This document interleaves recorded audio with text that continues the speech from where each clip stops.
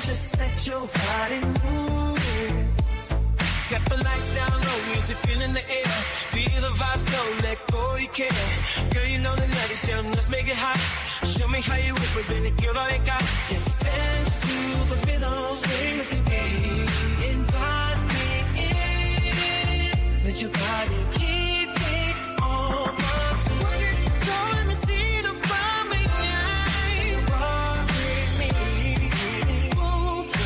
we gotta own the night.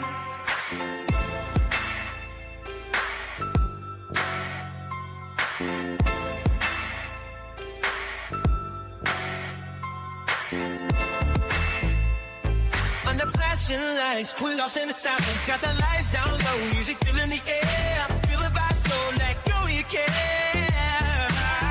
Girl, you know the night is young, let's make it hot. Show me how you work it with a good guy.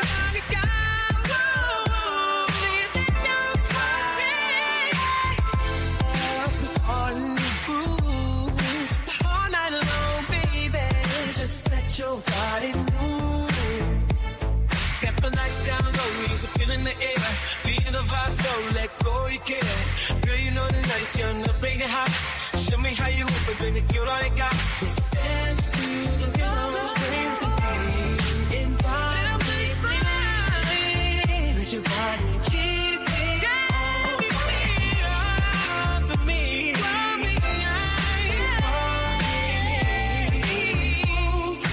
We gotta own the night.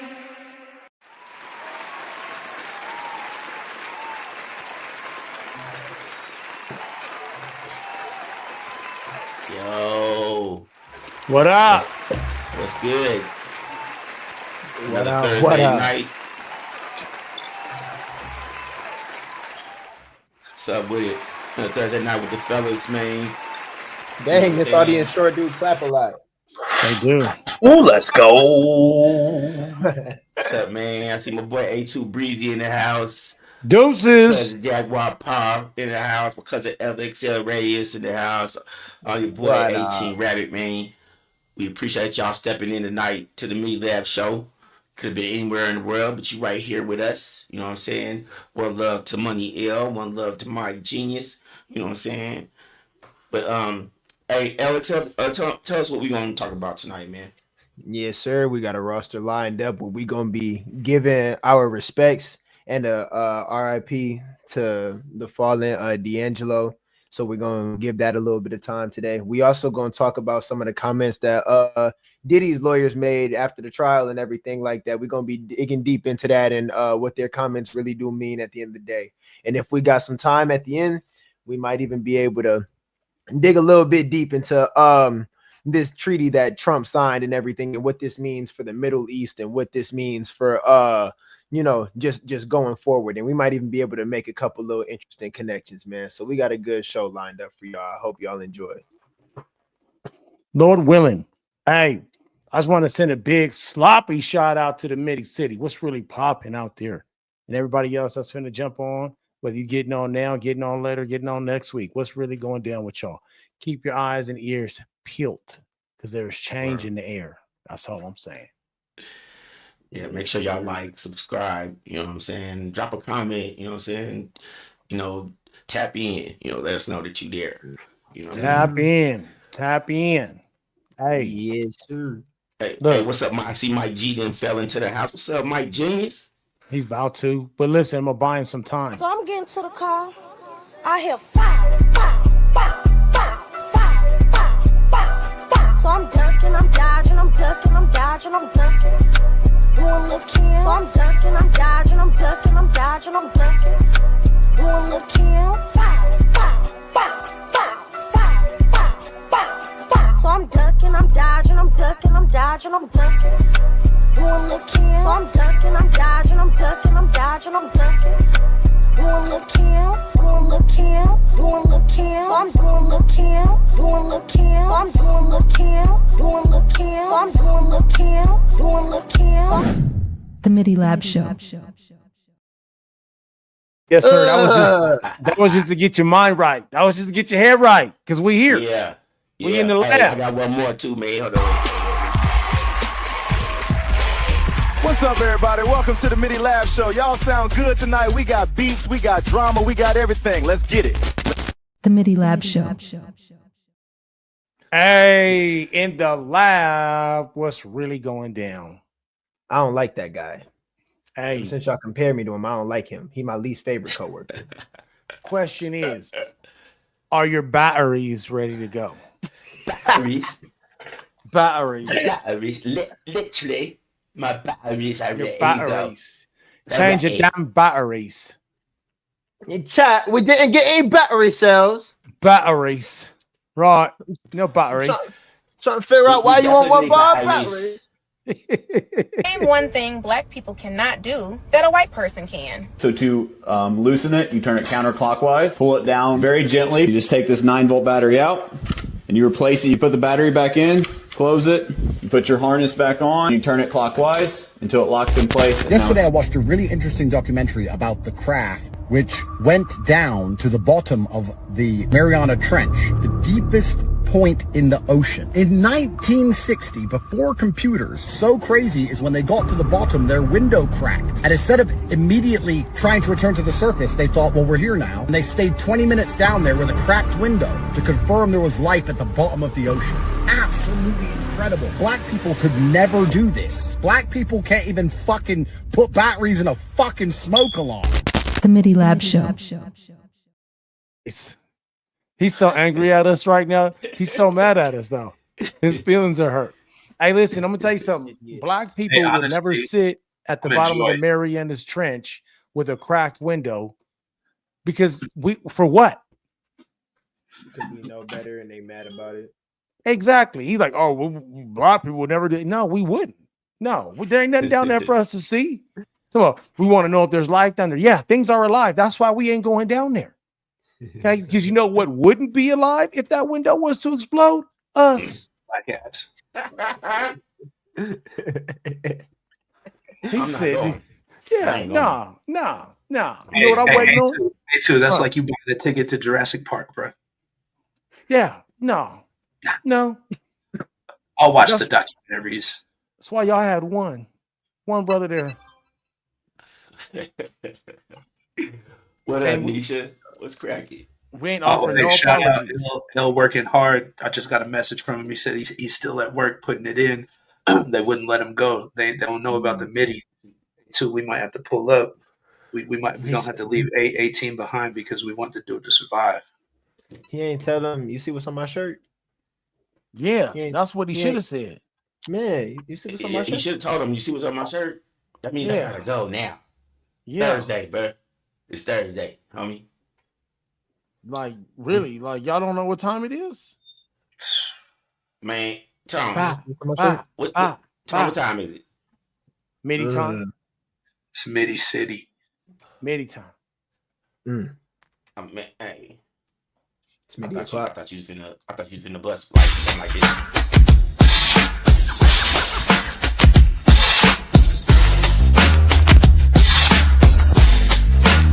MidiLab Show.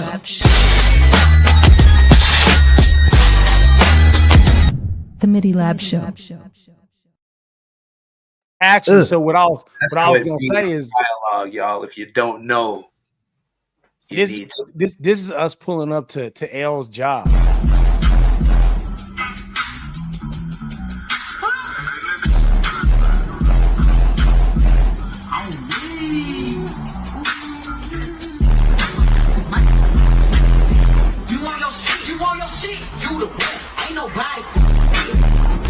The MidiLab Show. Hey, look at Sarah, Jessica, and Karen like they must be here for that new guy. Hey, damn, they wrote up ride. They wrote up hella felonious, like they just about to start kidnapping folk. Like, we only came here for one person only. And he know he about to get snatched. Hey, he jumped in the car like Deadpool. Yeah. Through the window. And it was rolled up. Man. We out. Hell, you right? I'm good. Roll. Yeah. Uber. We here to get What's you. up with it? Action 56. 56. Hey, What so up, check C? this out. I got a question for y'all black people.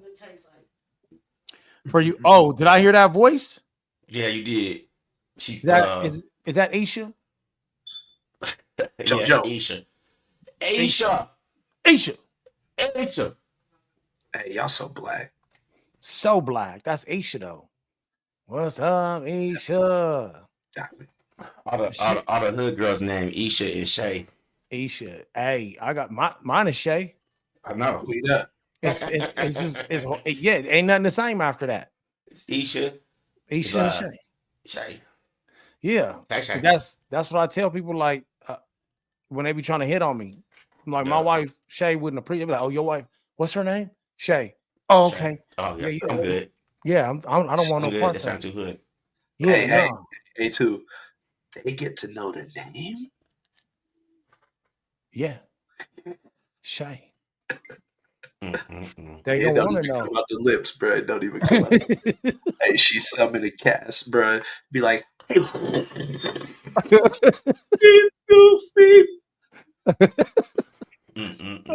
you got that? I gotta look the other way just to avoid mortality. No. You gotta face that. You gotta look that one. You gotta look that one in the face. Like, oh no. And I told her we lucky that the twins weren't born later, because their name would be Shariqua and Sharice. Oh my goodness. That's Shariqua.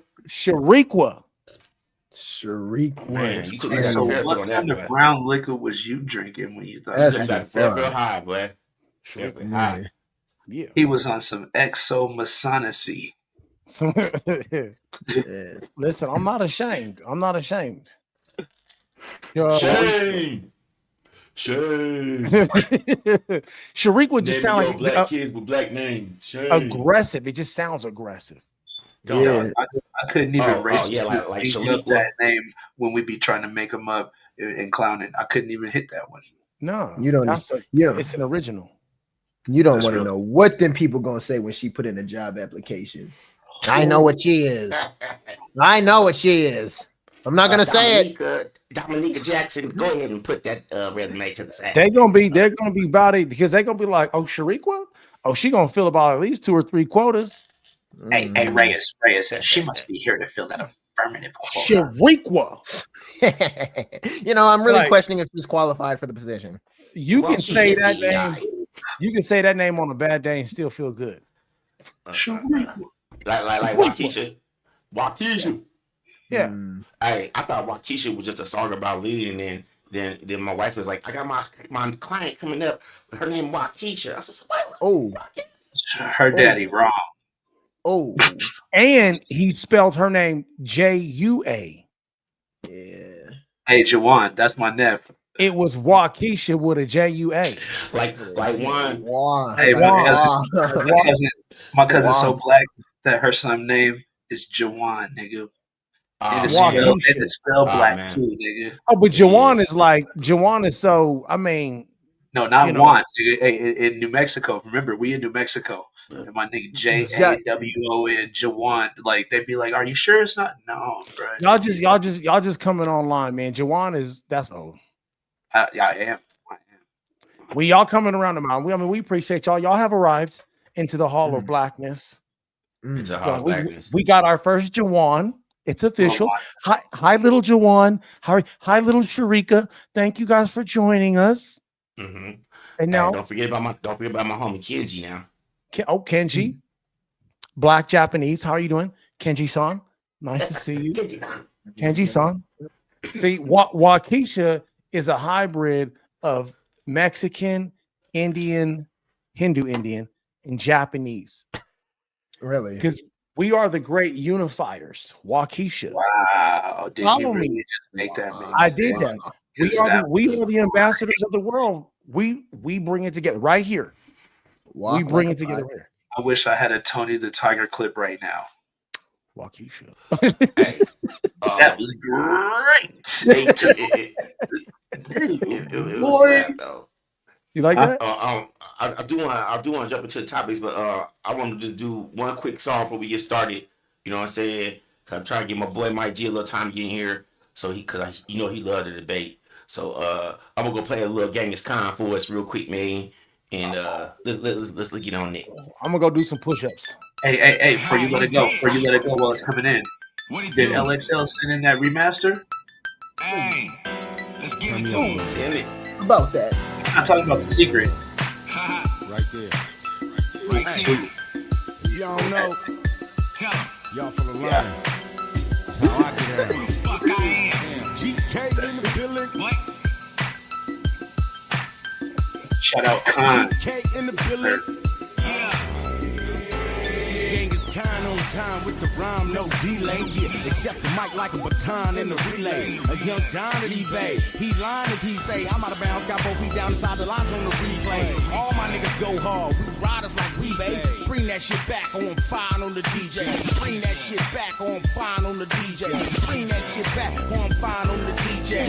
All my niggas go hard. We riders like we, babe. Everything for sale, but you won't find it on eBay. I'ma ride till the beat break and supply 5 for he say. Cut niggas off top like Mr. Barber Beefcake. I'm raw. Y'all suckers are soft. It's a slice of cheesecake. GK in the building. Mobbing is in my blood, but I'm not Sicilian. You feel me? Chameleon is more like it. You don't like it, 10 men to come gon' strike it. Right down the pipe, that shit's fearsome, cause I'm a giant. You're damn right, you San Francisco and self-reliant. We never needed near nigga, man, to bring the fire. I know we hating, I ain't waiting, yeah, that nigga fire. Sucker, even your wife exposing you as a lie. Is it my attire or my swag, nigga, that you admire? Got you inspired to conspire to put out my fire. But I'm the big dog, so bow down and call me size. I'm a whole nother breed, you much should aspire. It's gotta be in you, man, not on you. Let me tell you, you can't wear this. I should've known you didn't come up on no player shit. I'ma end it, so put your lip, don't even bother.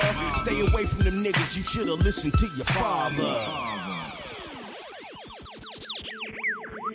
If you can't remember GK, just call me PG&E. With this specific gas, I'm electrocution on these beats. Prostitution on these streets since the days of old. California's the place, streets paved in gold. Come here to persevere was the way it was told. But it was never made clear that we would carry the load. They took them skeletons out the closet, man, and buried the bones. Niggas still waiting for them chariots to come carry him home. Keep your eyes on the prize, bruh, and turn the other cheek. A warrior's pride won't subside, so we ride in the streets. When I ride on the beat, I know you feel every word of it. It's education for them folks that never heard of it. Cause every day, boy, you learn something new.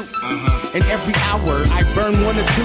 I ain't got no job and ain't got shit else to do. So I'ma elevate my mind with this pound of the goo. I ain't got a lot of you, 100's the code. I keep 30 in the 40, man, and let it unload. And I got a whole nother 30 just to make it show. Cousin patty cake, making the dough. 1,000 watts and 30 pots of perk, making it grow. Show me the money, cutty, for nothing letting it go. I say fly like a G5 in the sky, make it happen. Keep niggas grounded, they can't take flight like Madden. Way too much game for lame niggas to fathom. Your bitch up on my tip like I just pulled up in a Phantom. It's only a Magnum, the candy wet though. She swinging from my nuts, I had to beg her to let go.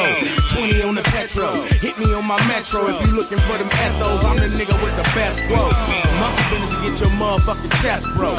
This the Bay, boy, the motherfucking West Coast. And niggas know that sourdough make the best toast. I fuck with soldiers, so you know I keep my tent closed. They shooting dice, but I'ma stand under this lamppost. Can't take no losses out here dodging from the black ghost. Sideways up the strip, I got handles. The block on fire, hotter than a pan roll.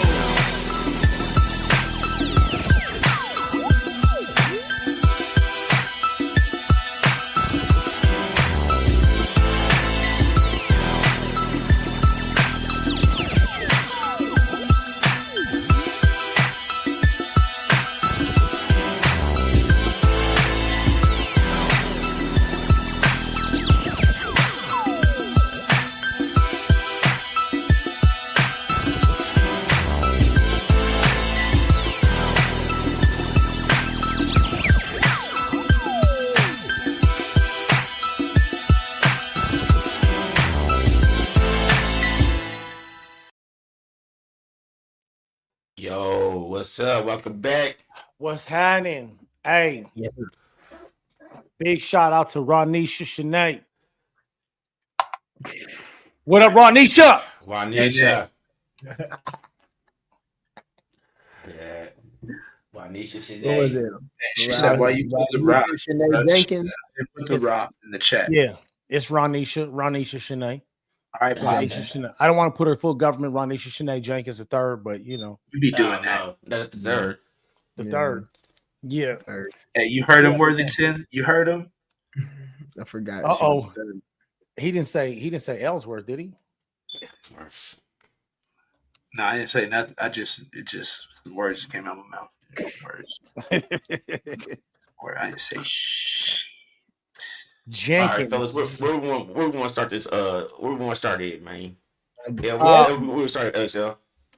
Yeah, we might as well start it with D'Angelo, man. Like we might as well kick that off. Rippity rip. Yeah, off the rip. Yes, Big sir. shout out to D'Angelo, man. It's crazy. We took some significant hits with D'Angelo passing away.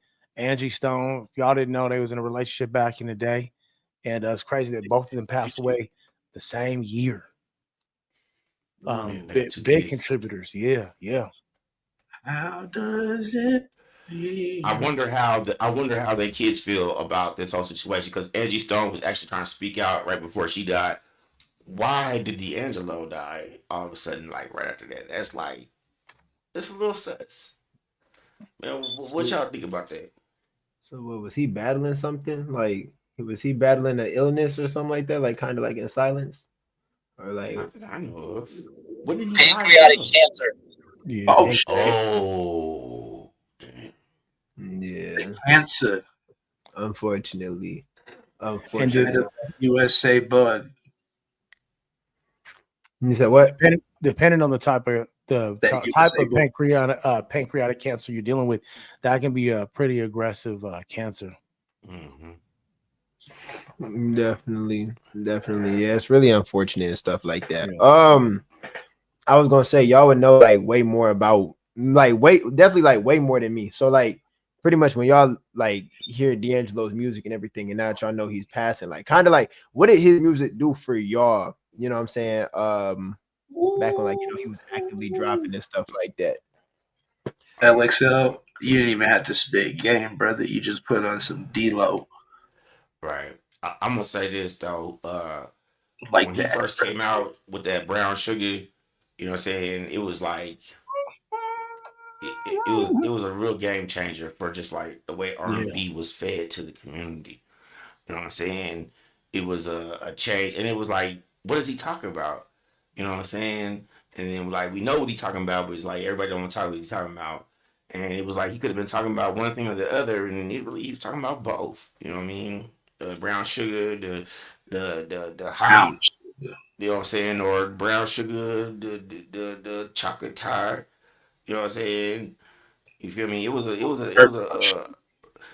a revolutionary thing for bad boy singers back then, because back then on Bad Boy, like Jodeci would just talk about sex. Sorry, go ahead, Tony.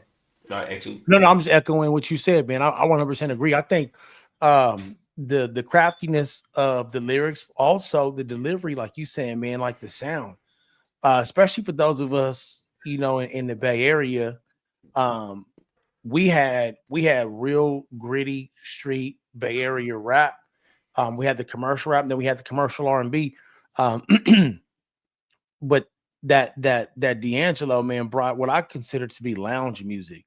Right. It was that mellow intensity though, right? Like, you know, you got that playing in the background, and it's super chill, but in no means is it boring. You know what I'm saying? It brings a whole nother mindset where like what 18 was just saying, it's not, you know, you ain't chasing down women, you know what I mean? But it's chill, it's mellow. Hey, while we're still right there, let me piggyback that. I got a question to piggyback for you and 18. Since y'all older, y'all you know. Would you guys say that D'Angelo was one of a kind in the fact that he brought blues, jazz, and R&B to hip hop? Like, I wouldn't just call him R&B. I just wouldn't call him hip hop. I would want to call him all these things. To put that into perspective, do you guys believe that he started the wave, or is that just capping? No, who started wave on that? On my opinion, is Mary J. Blige, because Mary J. Blige was infusing the hip hop with the R&B, and she made a pathway for that man to jump into that lane. You know what I'm saying? He come in there, and then like this man got butt naked in front of the camera, telling the Yeah, ladies how does it feel. You know what I'm saying? And that's all you had to when that play. came out, every girl I knew was like, "Oh my, you see D'Angelo? Oh my, how does it feel, girl?" You know what I'm saying? So I really feel like that Mary J. Blige opened that lane for the hip hop R&B fusion. But do you think she still had the jazz? Because the jazz and the blues, like Mary had some blues in her R&B for sure. I'll give her that one. But jazz, I don't know about the jazz content. Talk to me. Well, I don't know why, and I don't mean no offense, but I don't know why you associated D'Angelo with jazz. I mean, what song did Because you that feel was literally Brown jazzy? Sugar, because he brought up Brown Sugar. But if you listen to that album, it has like a It's got down jazz undertones. basement jazz undertone with blues, along with that raw hip hop uh, R&B that you was talking about, that infusion that Mary J. That To me, it sounded like he was rapping because he wasn't really being too melodic, and and to me, it wasn't really it was smooth, but it wasn't really jazz because jazz is more um it's more like like a the up temp. scat, I'm sorry, what the scat what? jazz. Go ahead, though. Go ahead. It's more of a like a up tune, and the instruments are talking. You know what I'm saying? And then sometimes you got some jazz people singing, but they're also an instrument in the jazz. And see, like Brown Sugar was like, it sounded more like hip hop. Let me have your story go round and now I'm up. But You know Those what I'm even saying? undertones. It kind hip of hop it kind of though, sounded like he was rapping round you, babe. Like the Yep. way he played with it, like I was calling that scat. That's the jazz I was talking about. But perspective. yeah. That's how these rappers rap now, though. You know what I'm But saying? No, hell no. if you were to take away, if you were to listen to an instrumental of Brown Sugar without the lyrics, what would you categorize the music as? Like, Thank you, A2. I yeah, would categorize it as Quiet Storm. like without the beat, or are you talking about without the No, lyrics? without the Without lyrics, the just lyrics. the Oh yeah, instrumental.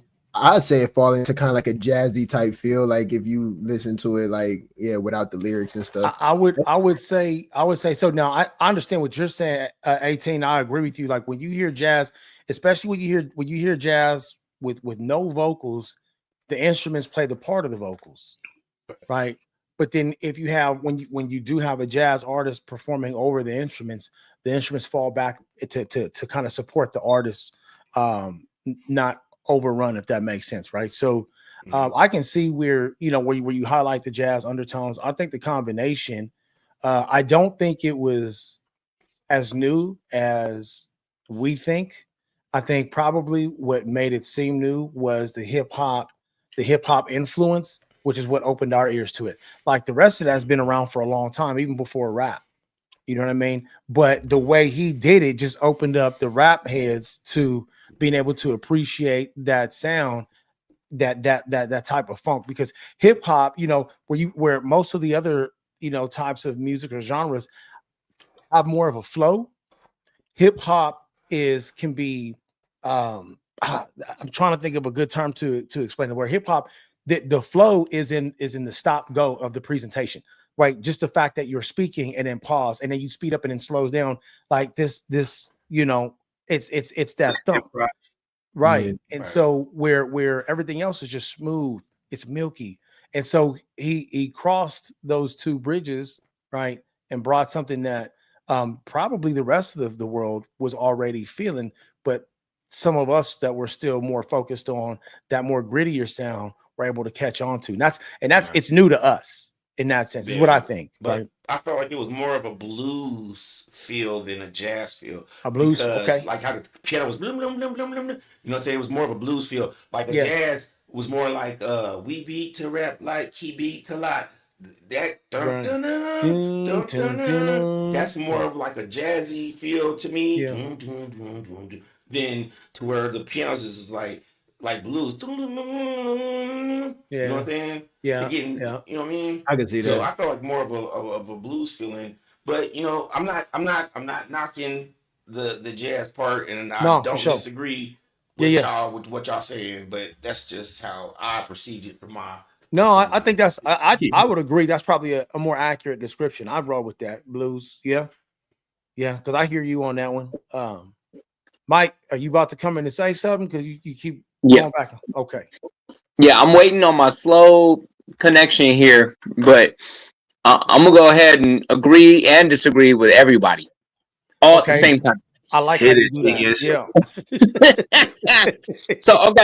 So yeah, there's parts of if you just take Brown Sugar, there's parts of it that seem bluesy, right? The way that he's singing it is more of a blues type of feel. Um, but if you listen to just the music, I love how that was brought up. If you just listening to the music, some of the chords that are in there, those are not blues chords, man. Those are definitely jazz chords. He got ninths, 11ths, 13ths running all up and down that, man. Yes, there we go. That's what I'm trying to Genius. get at. You know what I'm saying? But the overall tone of the song, it could almost be a fusion between jazz and blues, but I definitely feel like as soon as you add the vocals in, it went away from jazz a little bit and went way more bluesy to me.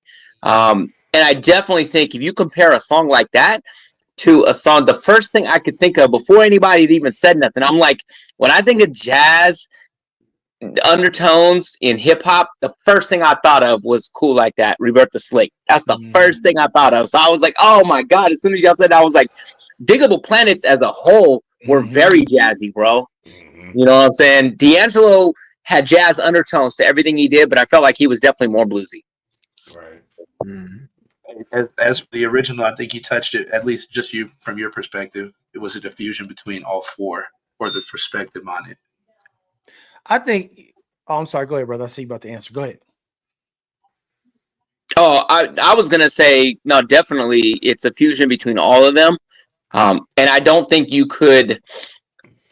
It's hard to pinpoint which one was predominant because if you just remove a certain aspect, if you remove any certain aspect, you could say, okay, well, I can pinpoint it as this, or I can pinpoint it as that. Right. But that's what made it so beautiful to me was that it required all of them to make it the unique sound that it was. And no, it is not. It's not the first time any of that had been done in music. Right. You know what I'm saying? It was just new to us because it was the first time that all of those different elements came together at the same time. And you're right, to grab our attention. Yeah. Yeah. Yeah. I'm gonna disagree with you slightly just because I like to do that. I think in my opinion, the overwhelming feel to that song, especially since 18 brought light to it, I feel is more bluesy. Just in the sense, like you said, the how pronounced the instruments are in jazz, and when you speak of the Diggable Planets, like you hear them horns in the back, right? They don't melt into the song as well as the instruments in Brown Sugar did, and so I feel like there's a heavier blues slant to it. And I do think, well, when you look at blues, when you look at jazz, you're gonna get those accents from each genre kind of complementing because it all has the same roots, right? What changes is the tempo and the notes, right? The more focused notes that you're gonna hear, but it all comes from the same roots.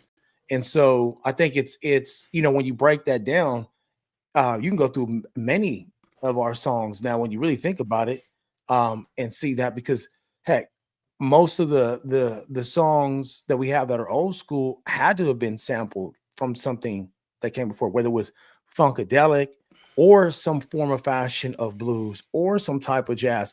Like those drums came from something else, right? And then we took that until eventually our genre was able to develop its own sound, but it was born from another genre, from another sound. And so in essence, one could almost say D'Angelo went back to the roots when he did that. It's just for us young folks, we're like, oh, this is fresh, right? Them OGs is like, what is fresh? What? Agreed. Right? Fresh to you, young buck. You know, you probably have folks that have been doing that on street corners and little private studios across the country for the longest. There's nobody really pushed it out there like that. And then we have somebody who finally made it right and made it a thing for everybody across the board. And of course, a sound was born after that. I mean, because I think without a D'Angelo, you don't have a Wapale. I don't think you have a Maxwell. Right. Maxwell. And you don't have a Robin Thicke. Ooh, you don't have a Robin Thicke. Right. Right. Come on now. Blurred Lines was just the opposite of How Does It Feel? Literally opposite tempo, opposite sex. Like, complete opposite. That's a solid point, man. But it's crazy, man. We got people passing away at such a young age. And if I could take a minute, man, I would like for people to just maybe take a pause and think about this. We always say that nobody's guaranteed tomorrow.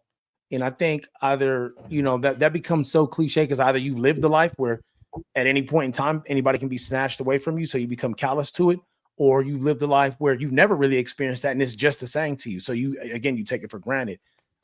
With all of the issues that we have going on today and the fact that death has not changed. Politics can change, names can change, locations change, death doesn't change.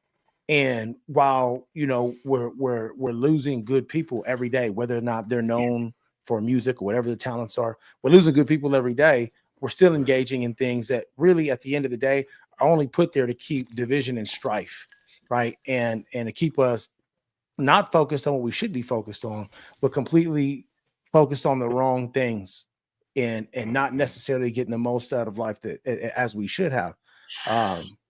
And so, as if we can't take a pause for a minute and just recognize like one of the most unifying things that we have is music. Music is a huge unifier. You don't have to be black to appreciate D'Angelo or to appreciate rap or R&B or blues or jazz. You just have to be somebody who appreciates music. Vice versa. You ain't got to be white to appreciate country, or any river dancing music, anything with an instrument, right? You just got to be a person who has a taste for music. And it's the things that we do appreciate that unify us. Those are the things that bring us together. It's not our skin color. It's not our political affiliations. Preach, brother. I mean, you know what I'm saying? I'm just saying, like, when you sit there, you talk about this, anybody can appreciate, what D'Angelo has done. I mean, it's people who don't even speak English that can appreciate that song. Right. And it's crazy, right? You probably, if you've ever been overseas or met somebody from a different country, they would listen to that music and appreciate it and not even know the issues that we have going on over here till they get here. And they're like, damn, y'all really don't like each other. I thought everybody was down. You know what I mean? Like, we throw on one of y'all songs, man, and we all like each other. But we come over here and y'all can't stand each other. Hey, that's a good point. Too breezy right into that moment of silence, man. Danny makes a point. Think about all the people you wouldn't have met if it weren't for music. My man Mike G.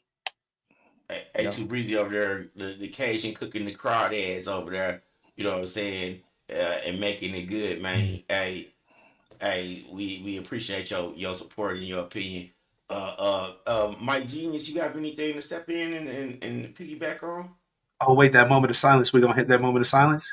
Oh, yeah, for sure. No, we're not hitting no moment of silence. No, none for D'Angelo? Oh, you talking about for D'Angelo?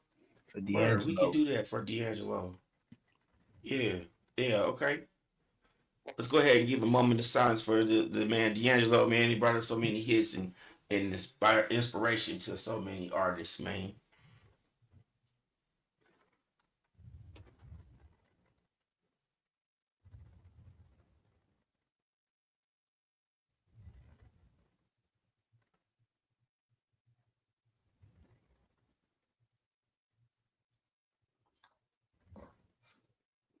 Big shout out. D'Angelo and all of the fallen, man. Like, there's so many great ones that been laid down, man. Just lift them all up right now. No COVID. Yeah, man. Go ahead, Mike. So Danny boy says, think about all the people you wouldn't have met if it weren't for music. I mean, I'll tell y'all right now, I wouldn't know A2 Breezy. I wouldn't know LXL Reyes. I wouldn't know Jaguar Paul. I wouldn't have known Chalk Bone. Dang. You know what I'm saying? I knew 18 because we knew each other. I met him through the homie Kenji. It's funny, y'all name dropped Kenji earlier, and I was like, oh, I know a Kenji. Hold on. That's my brother right there. You know what I'm saying? Like, so I met 18 through Kenji. So I already knew him. I didn't know he did music at the time, though. You know what I'm saying? I mean, I'm just looking at people in our camp, bro. You know what I'm saying? I knew who Genghis Khan was. I didn't know he rapped. I would have never had a conversation with him about music, though. I don't think. You know what I'm saying? Chapman? Me and Lionel started hanging out. Yeah, me and Lionel started hanging out because he was trying to work on doing an animation and he wanted scoring for it. And he knew I did music. You know, and that's why that's legit. Me and L hung out in high school, but when we got to college, I saw he was drawing one day and somebody else was talking smack about it. Oh, L always drawing. And I'm like, no, that stuff is hard, bro. What you mean? Let me see you draw some of that. You're tripping right now. I was like, L, don't listen to none of these cats. They haters. That shit is so hard, bro. And then he was like, I want to talk to you about it, man. Let me holler at you because I know you do music. You know, I'm thinking about doing an animation thing and I need some scoring. And I'm like, well, let me show you what I got, you know, and that's how the conversation started, bro. You know, it was just on a whim, bro. You know what I'm saying? Like, so tough, man. You know, It's tough. I think most of us probably couldn't even. I mean, we could recount some of those more profound memories, but there's probably way more than we even acknowledge. Yes. You know what I mean? When it comes to that, it again, I mean, man, you can take it for granted when it's so readily available to you. You know what I'm saying? Like, you can be like, it's nothing until you don't have it. And then you begin to recognize how significant it is. You know, and I think that's that if there's anything, and I'm just sharing my opinion, if there's anything that has been a downfall for us, it's that, like, in the land of, you know, milk and honey, and we have so much that we get to the point where we can take some things for granted and therefore become easily divided. And, you know, history has said this about other great empires, and usually this is the thing that leads them to their downward spiral, because people just get entitled, man.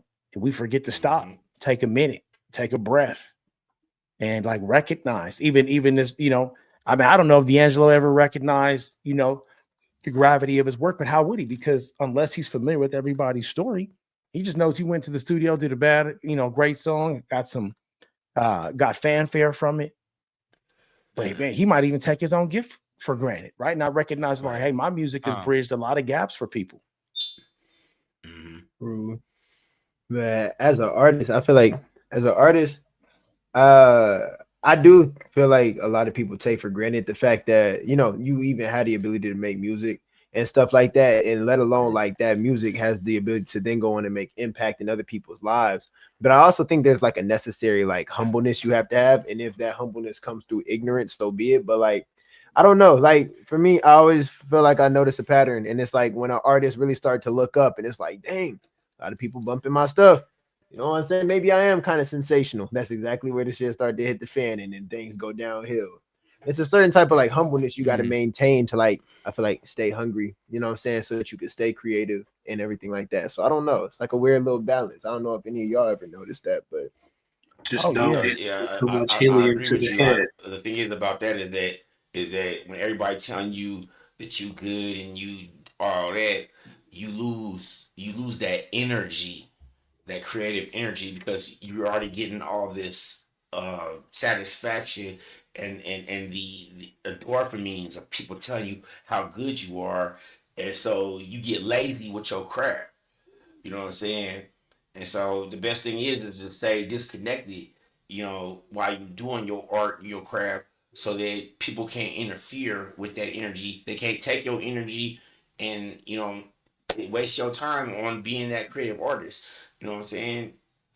my point is, man, when you working, keep your work under wraps until it's time to unwrap, and then everybody will see. Otherwise, you're gonna get all these opinions and all these different moves into your craft. It's not gonna appeal to everybody because it's not gonna even appeal to yourself. Yeah. Man, I'm feeling that. I rock with that. I rock with that 120%. Hey, on top, just to piggyback, just make sure that the next time you approach it, my next one better than my last one. If you approach every piece like that, what else can happen? You can't lose. You can't lose. You know what? I'm gonna take a different opinion. We'll call it, man. I'm a matter of opinion. It's gonna be a little different than that, man. Because a little while back we did the whole Dre versus Quick thing, right? You know what I'm saying? And Dre said every time he went in the studio, he tried to make a number one hit, right? Quick said, I'm not worried about making the next number one hit. Every time I go into the studio, I want to make music that I enjoy listening to. You know what I'm saying? So while you could be trying to make that next magical one, trying to outdo what you did last time, also keep in mind you got to keep the fun in there, because if you in there trying to really grind out the next number one, you might lose the fun in it. And I promise you that comes across to the listeners. I think we all know that. You know what I'm saying? When you sound disinterested, or you sound like it's not your best, everybody else feels that too. So if you having fun, have fun, man. You know what I'm saying? Always have fun when you doing what you do. And that extends beyond music. You know what I'm saying? Whatever your craft is, make sure you having fun doing it. You know, I think you just agree with me. I don't think you said something different. I think you said the same exact thing I said, except with different words. And it's so crazy. It was just that middle piece that I put in there that threw it off, that made it seem like it was different. But yeah, that was all. That was all. Yeah, my bad. No, my matter of opinion, on a disagreement wasn't to what you said, 18. It was to what Jack said, man. Oh, yeah. And it's crazy because y'all saying it at the perfect time, because it's so funny. I was at the studio for like the last 2 days and stuff like that. And Mike, I've been messing with that one beat. I ain't gonna say too much, but I've been messing with that one beat that you sent me. I love it. And it's crazy because it's like, boom, I take it to the studio, right? It's like there's like probably like 4 different songs on that one beat alone. Because I take it to the studio and I'm like, all right, I approached it. I wanted to have fun with it. I had fun making the first one because it's like a short beat too. I just knock it out like that. I have fun with it. And then after that, I walk out the booth. Engineer, I'm like, you know what I'm saying? I'm reading the engineer's thoughts. What you thinking? He ain't give me the reaction I wanted. He was, this, you know what I'm saying? I'm like, you know what I'm saying? So I walk back in the booth. I do it again. Still not getting the reaction I want. So now it didn't change. It ain't fun no more. I want the number one. So now I'm like in my head, like, all right, boom. Like, how should I attack? I attacked it from so many different points to the point where it's like, man, right now I'm just like, well, shit, I don't even know no more. Like, how should I approach it? I didn't lost it. And I'm like, dang, do I revert or do I go for that number one? And it's like this weird balance of when you being creative, because there really ain't never it's never a right answer. You know what I'm saying? I feel like I can trust myself, and it's like an instinct of when I know it's gonna be that one. And until then, I'm just gonna keep having fun with the beat because it's an amazing beat. But yeah, I feel like I could trust myself enough to know like when this is it, and when I'm sending that one in, and when I feel good about it. You know what I'm saying? And what y'all just said right now just reiterated that, man. Like, I appreciate y'all for that. Well, I think that's the difference too, though, between and this kind of goes along with the conversation we had regarding DJ Quick and Dre. The difference between the artist and the person who is basically the networking, for lack of a better term, or coordinating, is that as a person who is basically the overseer and managing, all he's doing is saying, I have an idea and I'm trying to get everybody else to coordinate together to bring this idea to fruition, versus the artist is like, I'm bringing the idea to fruition. So since that, and in each case, right, that person is doing whatever it is they're good at. So fun is a relative term, because for an artist, Fun is doing something within your art that brings enjoyment to you. And as you said, I 100% agree, Mike. That comes across in the music. You can tell when somebody's just going off in there and enjoying themselves, like, because you get all of them, kind of like we were talking about with the AI thing, versus being the person who's coordinating the various artists. That is your element of fun, right? Like they may not be having fun, right? But hey, it's like a person putting together a film. Not everybody who's participating in that production is having a good time, but they are, because they cussing people out. Like, hey, this is the angle that I wanted to be filmed at. This is what I'm trying to get within the shot itself, right? And then once they get that sense of high, then okay, we've achieved what you wanted. Well, what I want is what sells, right? And so to a certain extent, we're in essence talking about the same thing. It comes out or it looks different based on the person you're talking about. But at the end of the day, I think what ends up happening is when you have people who are selling their art for the sense of elevating their position, what they don't know is when you change studios, you also change outcomes. Some of your art is going to be based on your environment. So different environment, right? Different outcome. Different mood.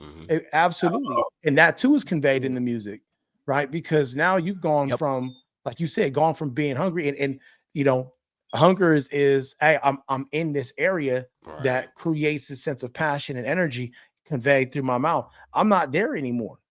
I don't have the same motivators anymore. Exactly. Right. So now I'm just selling an image, not one that I'm fulfilling, but one that now I've branded. So I got to continue to sell this image. Yeah. Right. Yeah. So it changes. It definitely changes. I thought about that because there's people who hold it down and like, hey man, I've been writing in this room, or I go to this. They have their habits. You know, I go to this place when I'm writing, or I you know, and so you get the same thing all the time because no matter where they're at, they got to recreate that same environment that's been feeding the fan base. Word. Hey, and if y'all agree with A2 Breezy, man, y'all go ahead and hit like, subscribe, and you know what I'm saying, or put a comment in the chat, you know what I'm saying, because you know that it goes a long way for us, man. It helps us out. So, you know, tap in and help it out. You know what I'm saying? What we're gonna do right now is we're gonna play a quick song for y'all. So we're gonna take a quick little break. Y'all check it out. If you need to, go ahead and get your water, your coffee, go pee or whatever you need to do. But we'll be right back after this old slapper.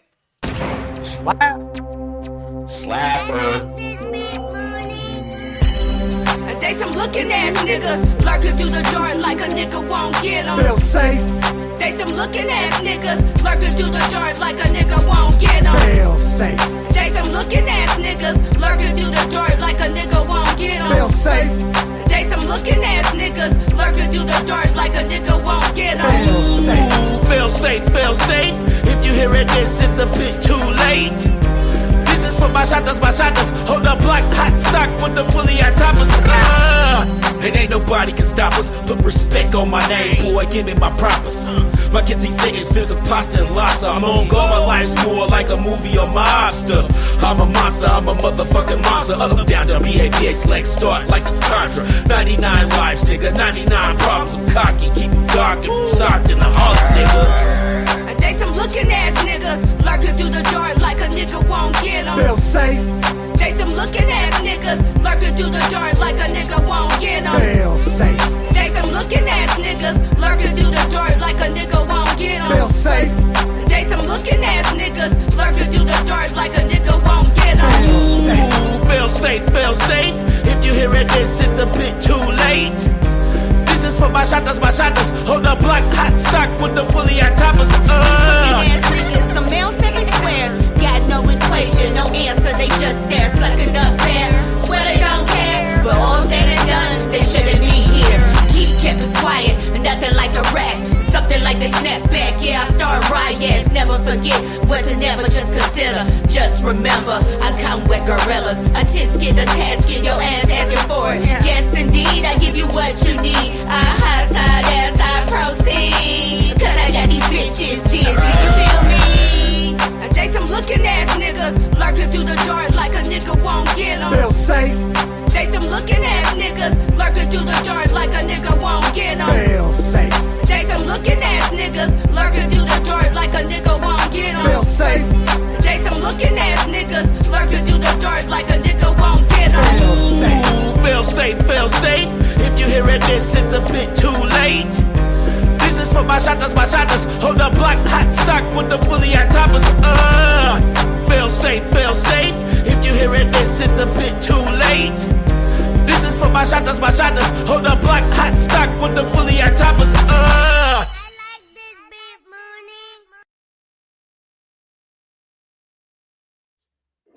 Back in there. Back in there. What's happening, y'all? What's cracking? I can't hear you. Beautiful day in the neighborhood. In the neighborhood? Okay. Just making sure I'm not the only one over here in the MIDI universe. Starting to feel like I got raptured up there for a second.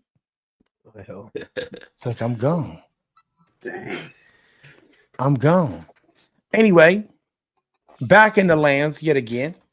So I think that's a very enlightening conversation. Going from recognizing D'Angelo and taking a moment to pay our last respects to music and artistry and production. Always what we talk about here on MIDI in one form or fashion or another is going back to the music, the one thing that unifies all of us, because I don't know anyone who doesn't like some form of sound or another. All right, that is the great unifier, man. And bro, I would like to say, man, when we look past the surface, we have more in common than what we don't. Right. At the end of the Amen. day, boy. Yeah. I wish more people could understand that. Stop all this foolishness. Hey, in order to understand that, they got to go to the dialogue, dog. They got to go to the dialogue. They got to go get the dialogue. We got to talk. Y'all tune in every Tuesday night. We got the dialogue. Tuesdays. Yeah. Wednesdays, we got the LXL explosion. Y'all Exployo. Yeah. Come holler at us. I mean, that whole explosion thing is real talk too. Thou out for those of y'all, got a few less years, few less miles on the engine. We know y'all got a different twist of things, man. Get in with these young boys, these young, intelligent folks. Jump in that conversation, man. Like it's definitely something worth having. Yes, sir. Yes, sir. Always, man. It'd be good prep too, man. We be in there pretty much. You know what I'm saying? It'd be good context for what we be doing today and stuff like that too. So if y'all be seeing people who be coming to the chat and they seem real prepared to talk about what we talking about, y'all know why. It's because they was in the LXO universe the day before. Mm-hmm. They already know what's up. Already tuned in and tuned up. Backstage extra special access you're gonna get Wednesday right before you come in. So tune in. It's the secret sauce, ladies and gentlemen. Come on now. Yeah. Come on now. I just put it out there. I just said it. So P. Diddy got 50,000 years. Yes. Seconds, minutes. For being freaky. Being a freak. Being a freak is a crime. Slinging ding-a-ling. Hey. All things. Listen, ding-a-ling across state lines. Yeah. See, but my thing is, I don't know. Sometimes I feel like as a society, we don't know what we want. And I would even say even more so as a people. And I'm not saying Black people. I'm saying as Westerners, period. We get upset. Some of us have gotten upset at the concept of somebody being a freak and getting locked up. On the other hand, we want to feel safe with our daughters and our kids, and there seems to be double standard.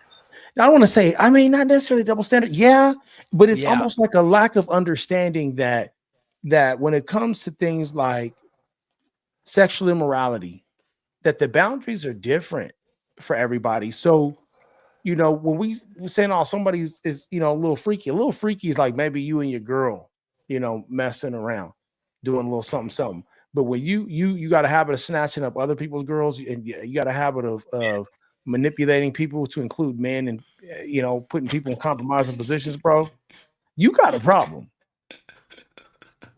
You know what I mean? Like, you got a problem. That man was trying to be Battiatus. Hey, Man. let's take a look at what the Diddy lawyers had to say after the trial. Hey, he got baby oil on his face. He do. See, And lube. There is a human being now in custody for 50 months. Diddy was just sharing. Based upon conduct that a jury heard, the jury resolved, and the jury rejected. It is really a sad day for everybody. I don't feel that way. We are planning to appeal. We think we have strong bases to appeal. The strongest basis is that the jury reached a verdict on coercion. It found there was not coercion. And I think the judge said coercion today as a basis for a sentence at least a dozen times. The jury's verdict was resoundingly clear. There was no sex trafficking. There was no racketeering. Everything was consensual. Everything was adult, which is why he was convicted only of the prostitution offense. What we feel happened today was that the judge acted as a 13th juror, one that we did not choose, and that he second-guessed the jury's verdict. The MidiLab Show. Ain't you not supposed to second-guess the judge? Here's my question. Well, I mean, no judge is above reproach, which is why we have multiple courts at different levels, because if you don't agree with that judge, you just take it up to the next level, and the next judge may disagree with that judge and cast down his ruling. But my question is, if there was prostitution, was the prostitute convicted? Well, apparently it's not as illegal as it used to be, because they got the escort situation. Right, escorts are. You still get pop escorting, and you go to holding for a second. No, I mean, the whole escort business is just you're supposed to be paying somebody for the company, right? Not a transaction for sex. If they choose to have sex with you after that, that's totally on them, right? Right, officially speaking. Cochran. It's so hard to prove stuff like that, though, man. You know what I'm saying? Like, that's just. You just went on a date, right? And got lucky at the end of the night. Yeah, I mean, like, it's a fine line, bro. You know what I'm saying? And the thing about the judge, everybody's all upset about the jury came up with the verdict, and then the judge just completely ignored that verdict. Well, yeah, because he has his own objective. He's got his own narrative he's trying to write. You know what I'm saying? And you may not like it, you may not agree with it, but if it were absolutely against the law, the judge would be removed from his seat. Why is he still on his seat? Because it's not against the law. He's within his right to do that. And people seem to forget about that. They're all up in arms about, the judge just became a 13th juror. Nah, bruh. That dude did what was in his power to do. He did it. What you have the power to do is make sure he don't get reelected. That's your power. You know what I'm saying? But most people, they just want to complain about the situation. They don't want to do nothing to walk the steps, you know what I'm saying, to fix the situation down the road. Everybody complacent with just complaining about shit. Stop complaining. Make some shit happen. You know what I'm saying? Or find out and get intelligent about it. Because then exactly what Mike said is the judge threw that out, didn't care about it because he's there to look at the facts that are presented. And if that fact is not overturned beyond reasonable doubt, he walking. If there is reasonable doubt to the facts brought forward, then you got X amount of months and days and hours. There we go. There we go. It's the truth, man, because even the federal government, one thing that the federal government would pride itself on is being one of the premier judicial and correctional systems in the world. Now, I think that's arguable, because everybody says that they are the premier. But they, this is based on a number of cases, that have been prosecuted, accurately prosecuted, number of cases that have been appealed. And so, like, I don't know. I'm gonna be honest with you, man. I'm not fully read up on all the details of the Diddy case, and I don't mind admitting that because I'm not a journalist, and I'm not here to tell you everything that comes out of my mouth is absolute fact. I can tell you that from a perspective of somebody who was never a Diddy fan, I would never want to see anybody go to prison for any reason other than a justifiable one, point blank, period.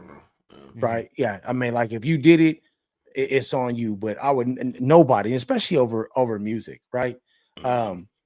But in this case, you have somebody who's had a very shadowy past, and several things have come up from Big's murder to a number of things, even with Cassie, right? That has opened big questions.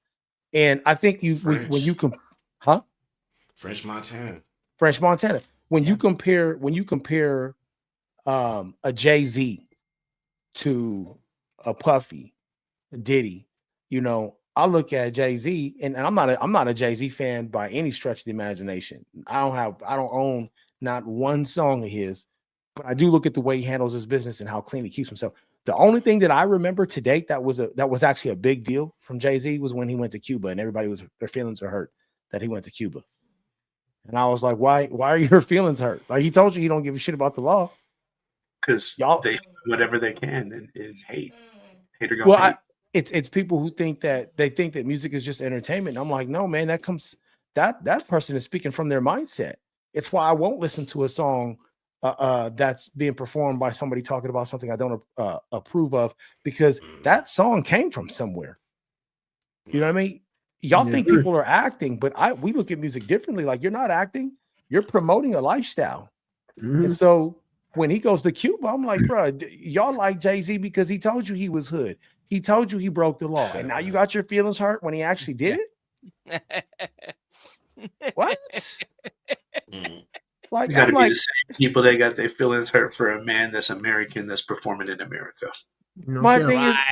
My thing is, but check this out though, because like if it was a movie and Jay-Z was going to Cuba to pick up some dope and he was over here like living lavish, ducking the cops, building buildings, and it sounds like the Miami skyline. I think somebody's actually done this real life. Y'all would never say nothing. Y'all be like, that's you over there doing this thing. But when he's over here basically doing the same thing, but he's doing it for the sake of music, it's like, I can't believe he went to Cuba. Why can't you believe that?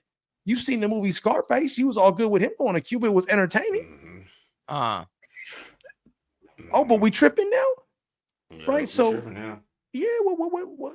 So that's the only thing. I'm like, my man is, to me, squeaky clean as far as I know, because it's the only thing that I'm aware of, and I'm not somebody who would follow him. So for it to catch my attention, you know what I'm saying? Like, it had to be significant. Where, again, Diddy, he got all kind of stuff. He in all kind of shootings, people getting blown up, killed. I mean, you just sloppy because you thought you could get away with it, and didn't get him on some of the major things they could get him on. They got him on sub where he probably really felt like nobody was paying attention. Yeah.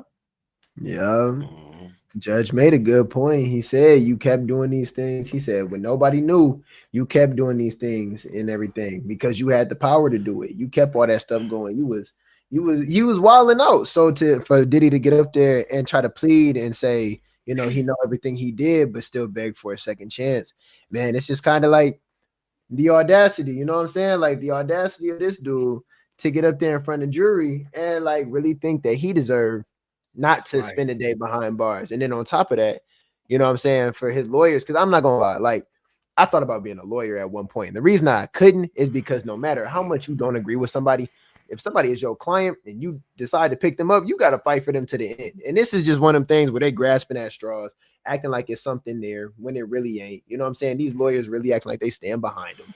Whatever. You know what I'm saying? They could do what they want.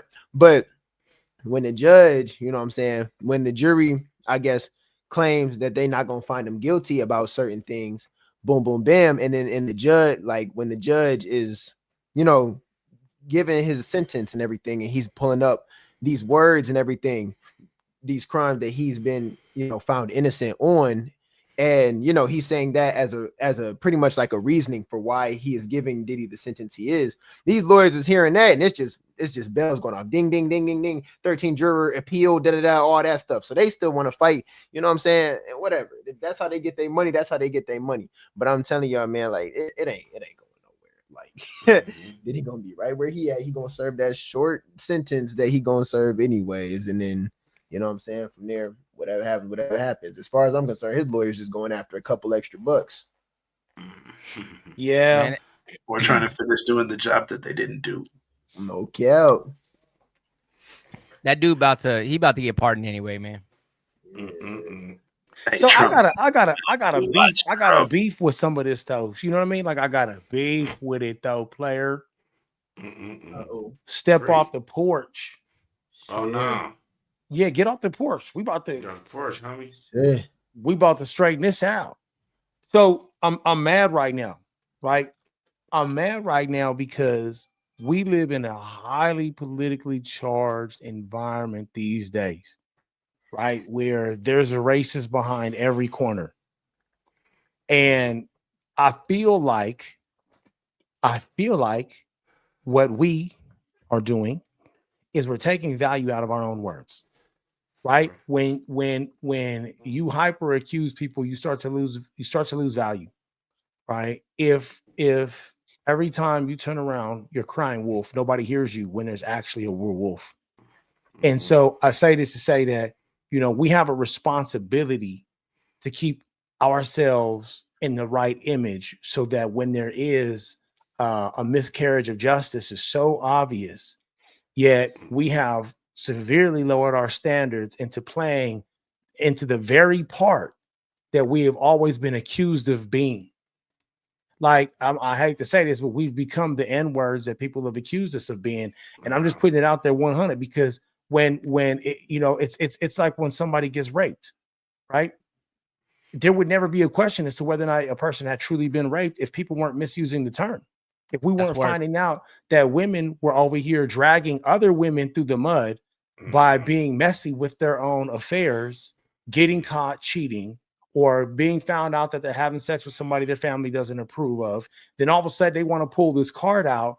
And what you just did is you made it exponentially harder for the woman after you who actually does get assaulted. And the same thing in this case, right? Like we have a responsibility to each other. Using like, bruh. Wow. It's significant to me, right? Because again, coming up, people who fought for civil rights to make sure we had a platform, we had a voice, to make sure that we were recognized the way we should be, dealt with real injustices. Fred Hampton was murdered in his bed. Yeah. Right. Meanwhile, those of us who come after take that for granted, and we set the stage for that to happen again. But then to be able to give those people who created that atrocity a smokescreen, which they do try to use at times when they abuse their power, and they come back and they're like, "Oh, well, you know, did you know that so and so was such and such? What's that got to do with the tea in China? What you did was wrong." Right. But they had that legitimate smokescreen because it's been given to them. So situations like these piss me off because I'm like, bro, with all this that you was doing, you wouldn't wasted that. You wasted your influence, and you became exactly what they think all of us are at the highest level. They're like, no matter how much you give them money, no matter how much you elevate them, this was what they will always be. So in essence, you put a whole bunch of us back with that conduct and that behavior.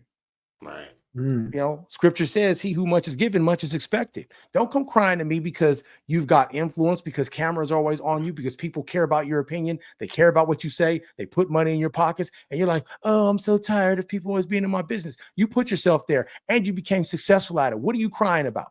If you don't like it, give the money back. Turn the cameras away.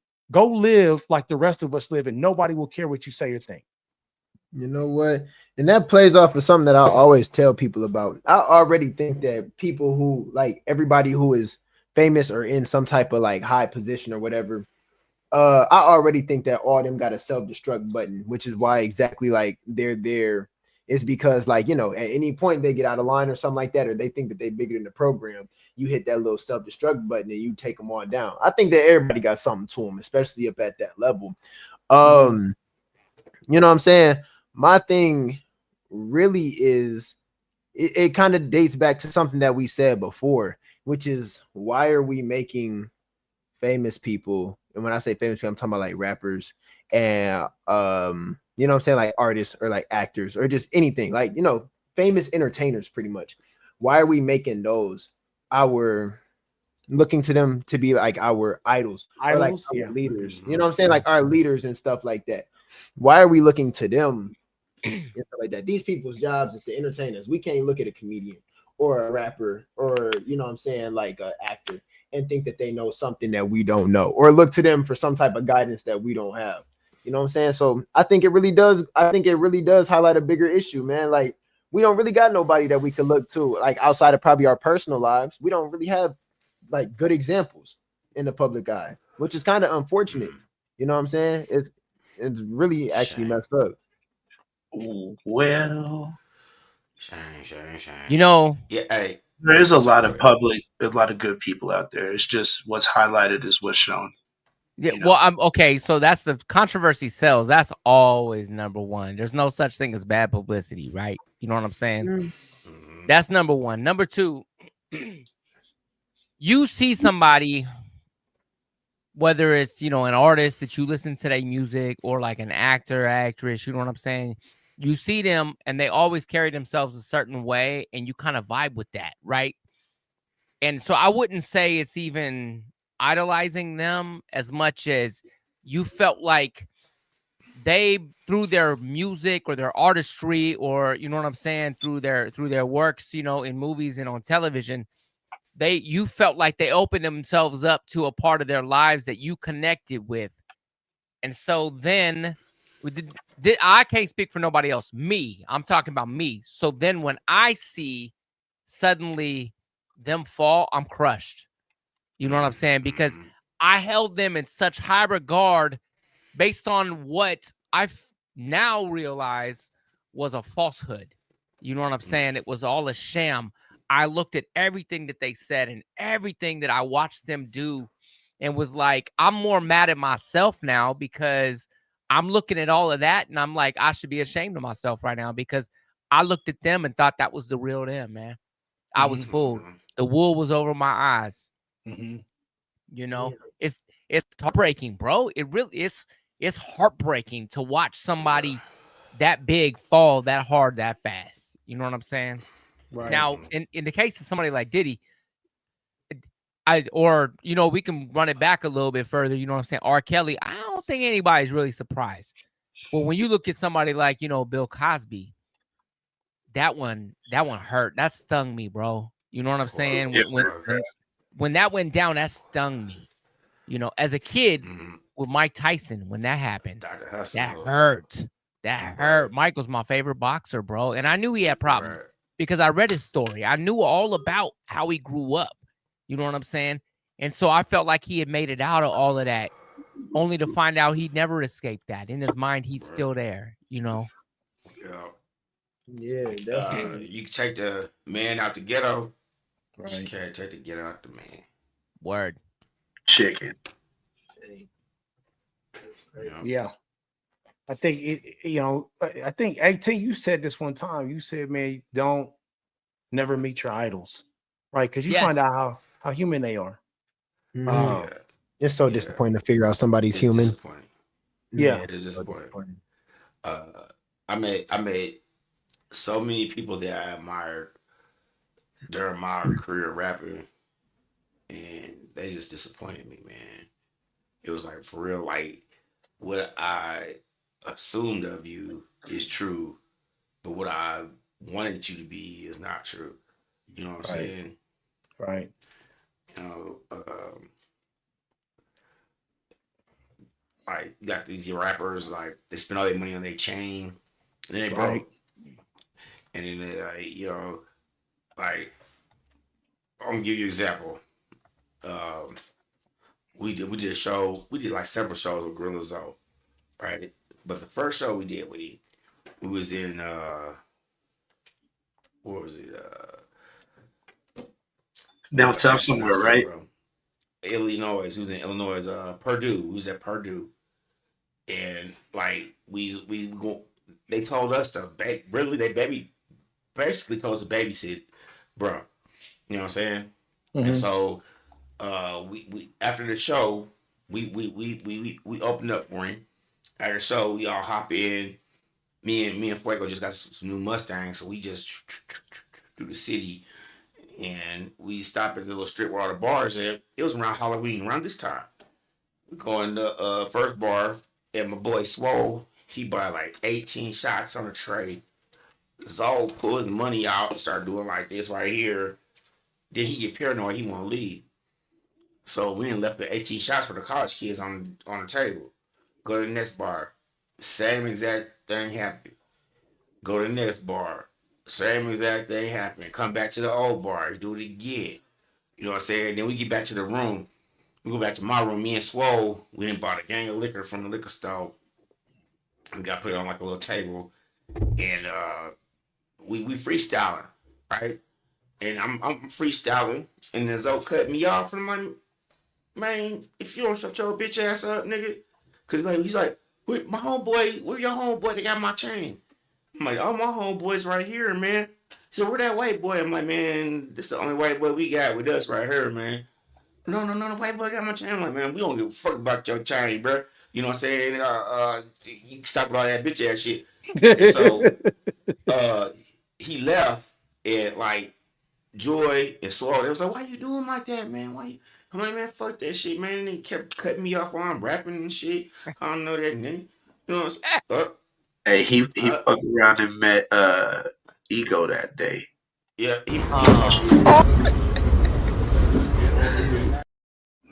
All right, I did say. I don't know that, man. Hey, that was crazy. So later on, we still in there chilling. We got hella bottles. We still in there chilling. He come back. He's like, hey, found my chain. I'm like, man, who had it? Oh, well, I found you. I told you what, you know what I'm saying? You know what I'm saying? And he's like, you right. So then the next show is in Austin, and we all in the kitchen, taking pictures and stuff, snapping pictures. And then Joy, you know how Joy is. She's like, dude, don't get nobody your chain. Dude, like, you gonna take chain. How you know about it? You know what I'm saying? But you know, the whole point of the matter is like, you know what I'm saying? Like, you meet, like, when you meet these. Oh, so I told my videographer about this, right? And then he had a show with later on in Little Rock. And so since I told him about it, dude had the camera on the whole time. So in Little Rock, is a fight always pop off at the club. So a fight pop off. Zoe tried to duck out the back door, but the homie with the camera like, hey, Zoe, where you going? Caught him, stopped him. You know what I'm saying? He was like, yeah, my boy Ego told me about your whole ass. You know what I'm saying? Okay. You know what I'm saying? But on the real though, I'm not just trying to say that to this girl Zoe, but I'm just saying that it was a disappointment to meet, like, you know, this hard gangster rapper. He about this tall, you know what I'm saying? And he about this big. And he, you know what I'm saying? We like, man, shut up, fool. We don't believe you. We don't believe you, bro. You know what I'm saying? And on the third show, Joy still stepped up and told him, hey, man, don't let nobody get your chain. So, you know what I'm saying? It's disappointing, man. I met some other cats too, some bigger cats too that I really admire. That disappointed me, but I just wanted to tell y'all that story because it was just like every time I turned around, dude was acting like I don't even know what to call it. Hey, the sissy frog. Sissy frog. He was a sissy frog. Every time he opened his damn mouth, sissy frog. Put us on the side, man. That need to be out. You need to bring it out, man. You a sissy frog, the real out. That's the only thing I got on there right now. I gotta take the picture out, and I want to do that. But you a sissy frog, real out. Sissy frog. And y'all lucky we ain't got the updated sissy frog picture too. Oh, it would have been bad. Oh, it would have been bad. Get that sissy frog popping and bopping, boy. Man, sounds like y'all been reptilian Donald Trump. Hey, damn. You know what though, man? I'd have met I done met some of my idols, man, and they lived up every bit to what I imagined them to be, man. I done had a conversation with DJ Quick, bro, and it was like we was just sitting there having a conversation, like we was friends. You know what I'm saying? Like he didn't look at me as I was a fan. He looked at me like, oh damn, you've been to a lot of my shows, bro. Come on, let's talk for a second. You know what I'm saying? Let's holler. You know, like that was cool. I met DMX. That was probably my favorite meet ever. Was DMX, bro. You know what I'm saying? Like I was working at I was working at the mall, Downtown Plaza, Sacramento, back in the days when it was actually a mall there. And I actually met Jadakiss and Styles and was talking with them. I'm like, you know, hey, so y'all in town for a concert? Like, oh yeah, we part of this such and such with DMX. I'm like, is DMX here? And they were like, yeah, he's over at Johnny Rockets. You can try to get in, but I don't know if you're gonna get in, bro. I know you work here, but I don't know if you're gonna get into that right now. And everybody, dude, it was like 100 people lined out the front side of Johnny Rockets.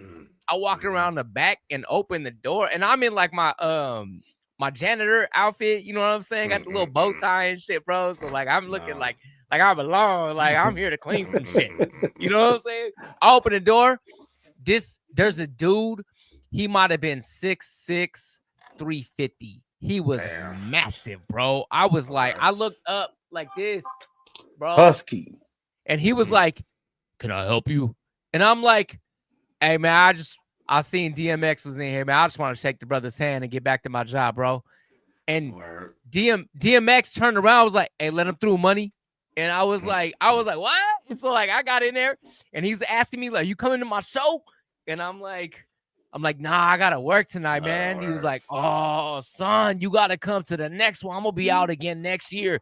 You gotta come out here, man. What's your name? And so I was like, I'm Mike G, man. This is before I was Genius or nothing. Bro. I'm Mike G, man. They call me MG. And he's all, MG, I appreciate the love, man. You have yourself a blessed evening. Get back to work and get that money. Get your hustle on. Don't ever let nobody tell you not to. You know what I'm saying? And I was like, bro, like I was like, you were a champ, dog. Like, yeah.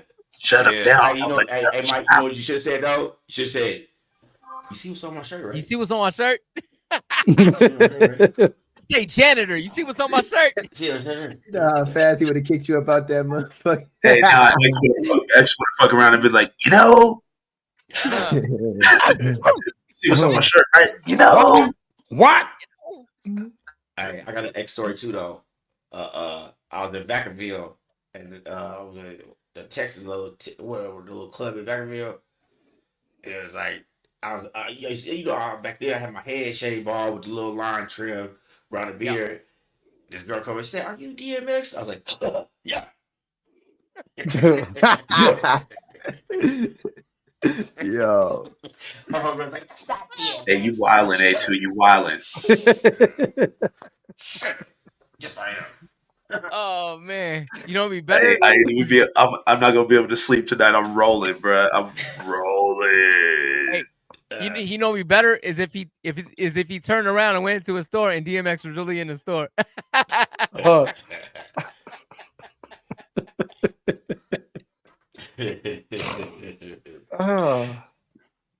Hey, but Mike, didn't he talked just like he rapped, right?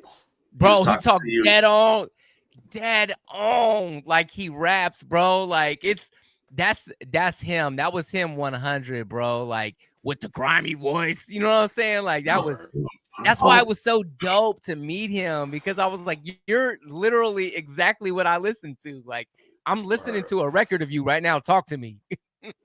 Hey, that's appreciation, man. Like you said, there's a lot of faking and frauding out here. People be doing the Dave Chappelle skit, Lil Jon. What? Yep. What will you see, sir? Hey man, I hate Lil Jon.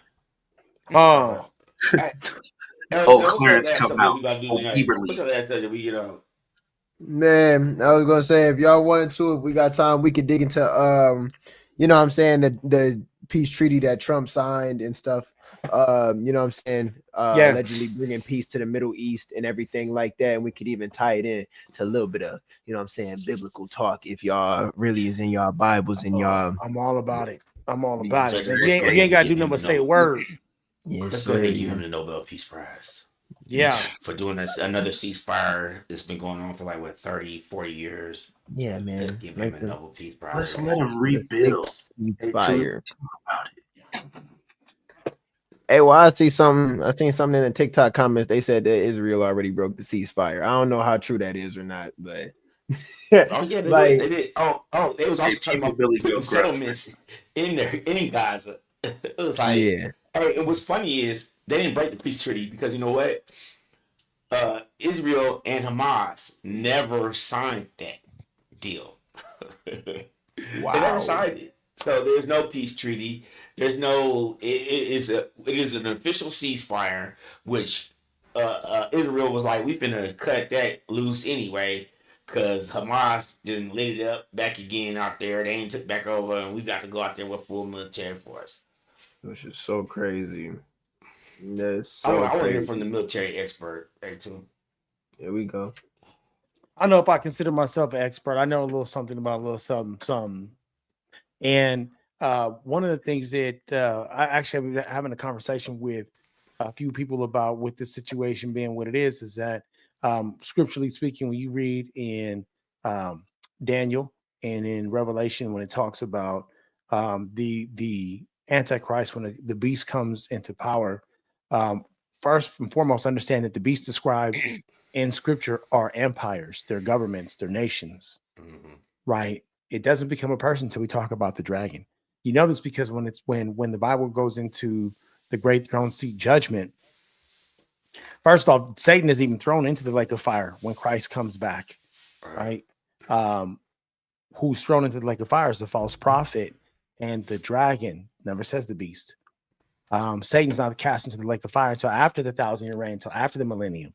Then we see Satan, the demons, everybody else cast in the lake of fire, as well as those who don't call on the name of Christ, because they don't have redemption. They got to stand before God, and they have to be the propitiation for their own mistakes. And the Bible says that the propitiation, the payment for your sins, has to be a lamb without blemish. Who of us has that to offer God, right? So if you didn't accept Christ, which is the one and only payment, I'm sorry, man. There's nothing for you. Yeah, absolutely. So in the meantime, in between time, the reason why I bring this up is because we talk about the mark of the beast. It's the mark of a government. And so I was thinking about this, had this revelation as I'm listening to a presentation about this. I'm like, well, if we stop looking at all these attributes to be contained by one man, and when you look at these attributes as in a government, then you will see that the history of a government actually fills this role of this beast. So when they talk about making the peace treaty, it's a government. Now, obviously, in our government, that would be a president, right, who would create a peace treaty for 7 years, and in 3.5 years breaks his own peace treaty. It would be a government that would have to be able to take control of what we now know as Jerusalem. And I want y'all to keep in mind that up until a few years ago, the United States did not recognize Jerusalem as the capital of Israel. It was Tel Aviv. It was a certain person who was in office previously that was the first person to recognize Jerusalem as the capital. And while a lot of people are cheering this on because of their understanding of the scripture, their lack of understanding means they don't understand that in order for the temple to be rebuilt, for the great throne seat to be built, and for that person, the Antichrist, to sit in that great throne seat and proclaim himself to be Savior, Jerusalem has to be reclaimed from Jordan, right, and from Palestinian control. So when that declaration was made, the first thing I thought was, here's another step towards the book of Revelation, right? That has to happen first. And so for me, I'm not clapping, because I don't see that, people think that, oh, we're going to restore Israel and everything's going to be right. Negative. When Jesus comes back, he's coming back to claim his kingdom, because the kingdom has not been cleansed. It's not in possession of Christ, even though we feel like those are his people over there, right? You have to know the difference between an ethnicity and a nationality. The promise that was given to the Israelites and the 12 tribes, not just two, the 12 tribes was given to the ethnicity, the bloodline of Abraham, not the nationality. Right. And we get those two confused. So right now, what we're talking about is Israel as a nation, not Israel as an ethnicity. right? Israel as an ethnicity has a whole lot of other people that are not contained in the nation right now. And I can support the people of Israel, the bloodline, while not supporting the government of Israel. Profound difference. Keeping in mind, it was the government of Israel that failed Israel and got the nation destroyed in the first place. If you read the Old Testament, God had to correct that government several times, which is why they got kicked out of their land a few times, had to be rebuilt, had to be restored. And finally, right, they did it again. And Jesus even told them, right, the northern tribes at this point had already been scattered. At this point, Jesus is talking to the remaining two tribes, Benjamin and Judah, who are in Jerusalem. And he says, I'm telling you right now, this temple will be destroyed. Not one stone will be left on top of another. And in the day that that happens, don't come back. Don't go back to your homes. Don't even look back. Just go. So, right? That happened because of disobedience. So who came back to clear the land, to cleanse the land? Nobody. It was going to be Jesus' return and his reestablishment of the kingdom that he rules 1,000 years from. So as we see all these things happening, I say all to say that if you're paying attention, don't think you can prevent it. Don't think you can do is prepare for it. God said it's going to transpire, so just believe it's getting ready to happen. If you are not prepared for the return of Christ, then you've got bigger things to worry about than these politicians, right? Start prepping yourself. You don't control the White House. There's one significant thing Paul tells us to do for our leadership if we want to live a peaceable life. That is to pray for them. He didn't say bicker. He didn't say complain. He didn't even say take to the streets and protest. He said pray for your leaders that you may lead a quiet and peaceable life. So if you are not praying for the person in office, whether you agree with them or not, then I'm sorry to tell you, you're not part of the part of the solution. You are part of the problem. Part of the problem, for sure. That's 100. Right. If you were ever not praying for those you find as adversaries, you were always a part of the problem. You were never looking for the solution. That's 100, man. Yeah. You know what I'm saying? Anybody that I've ever had issue with, I've never, as an adult, as a grown man who knows what's going on, I've never been like, well, they're the problem, because I recognize I'm the problem too. You know what I'm saying? It takes two to have a disagreement. It takes two to have conflict. You can't have conflict if one person is like, I'm not having conflict with you. Look at, Mahatma Gandhi. You know what I'm saying? He was like, no, we're not doing this. I'm not going to be a part of your problem. I'm not. I'm simply not. I'm not going to fight. All the problem, and the reason why is because we all have biases. Yes. We all have, whether we recognize them or we don't recognize them. We all have biases. You know what I'm saying? We bias about this, we bias about that, and we stand on that. We stand on that. We will die on that hill. You know what I'm saying? And see, and the problem right now is that how the political nature even got so far is that it's like, let's all attack. But that's not what this nation is about. What are we doing politically? Why are we attacking people politically? You know what I'm saying? This is bullshit. You know what I'm saying? I'm not mad at nobody for their political views. I got a lot of friends that believe stuff that I don't believe, and I get along with them just fine. Yeah. Yep. You know what I'm saying? Yep. That's the thing about those biases. Why is the leadership trying to make us fight each other? Because divided red state National Guards to blue states like we invading each other. Doesn't make sense to me. To have control that they never thought they could get, but they're plotting for it. So again, even if it happens amongst you, like you said, pray for everybody around you. And continue to live your life as a shining light. And when you're doing that, you ain't fearing the time of revelations or when it's going to come or what time it's going to be, because you doing you do taking care of others around you. Don't care about give back. Right. But one of the things that in order to maintain power, a person has to create a problem where problems don't exist, because otherwise you don't need them. Right. If anytime we've ever been at a point where we've gotten close to unification, there's always been something to stir the pot and create a certain level of dissension. Right. Of course, there's got to be a certain level of dissension that one can control. But there has to be a certain level of dissension.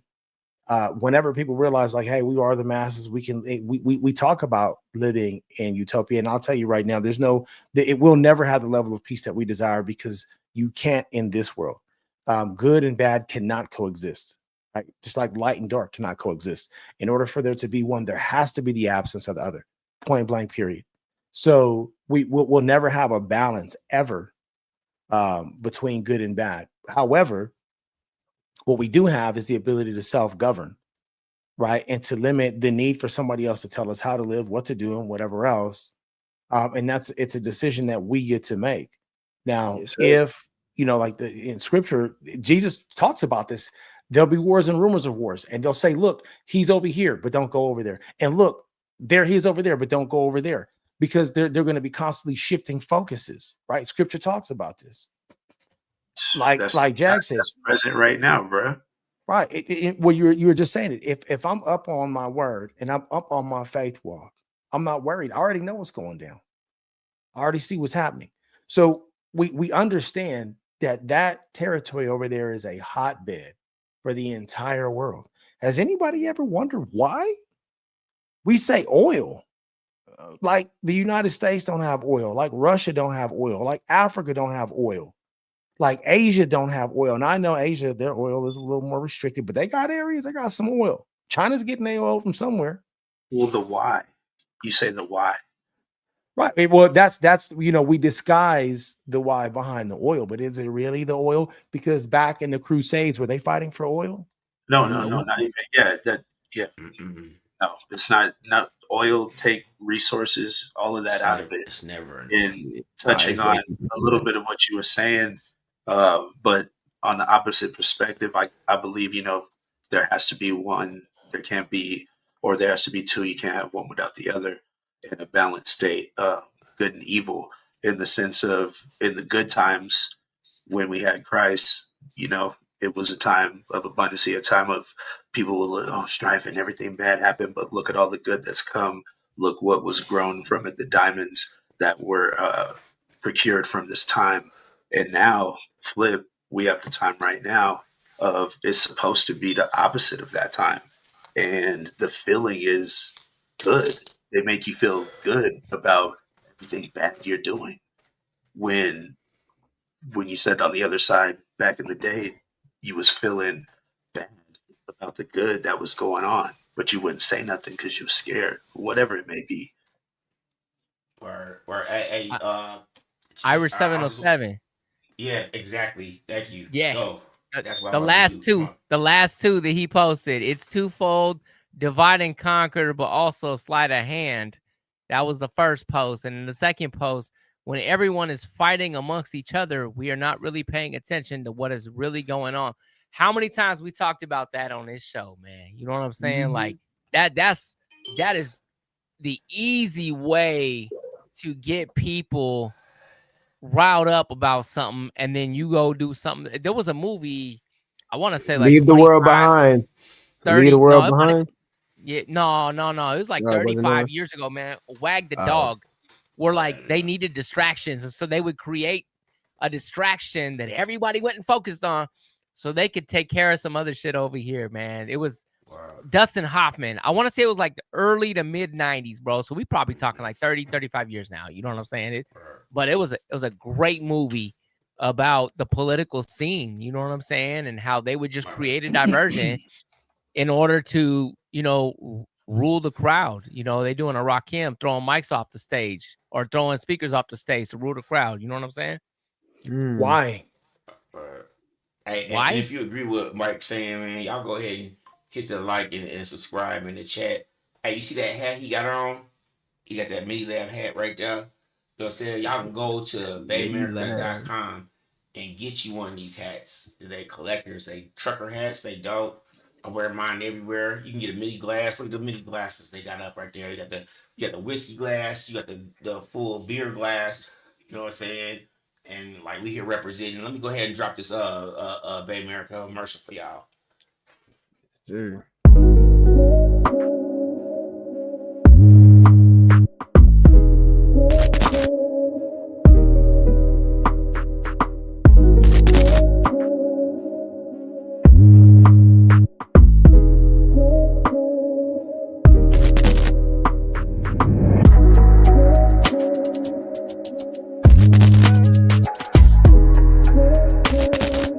MidiLab Show.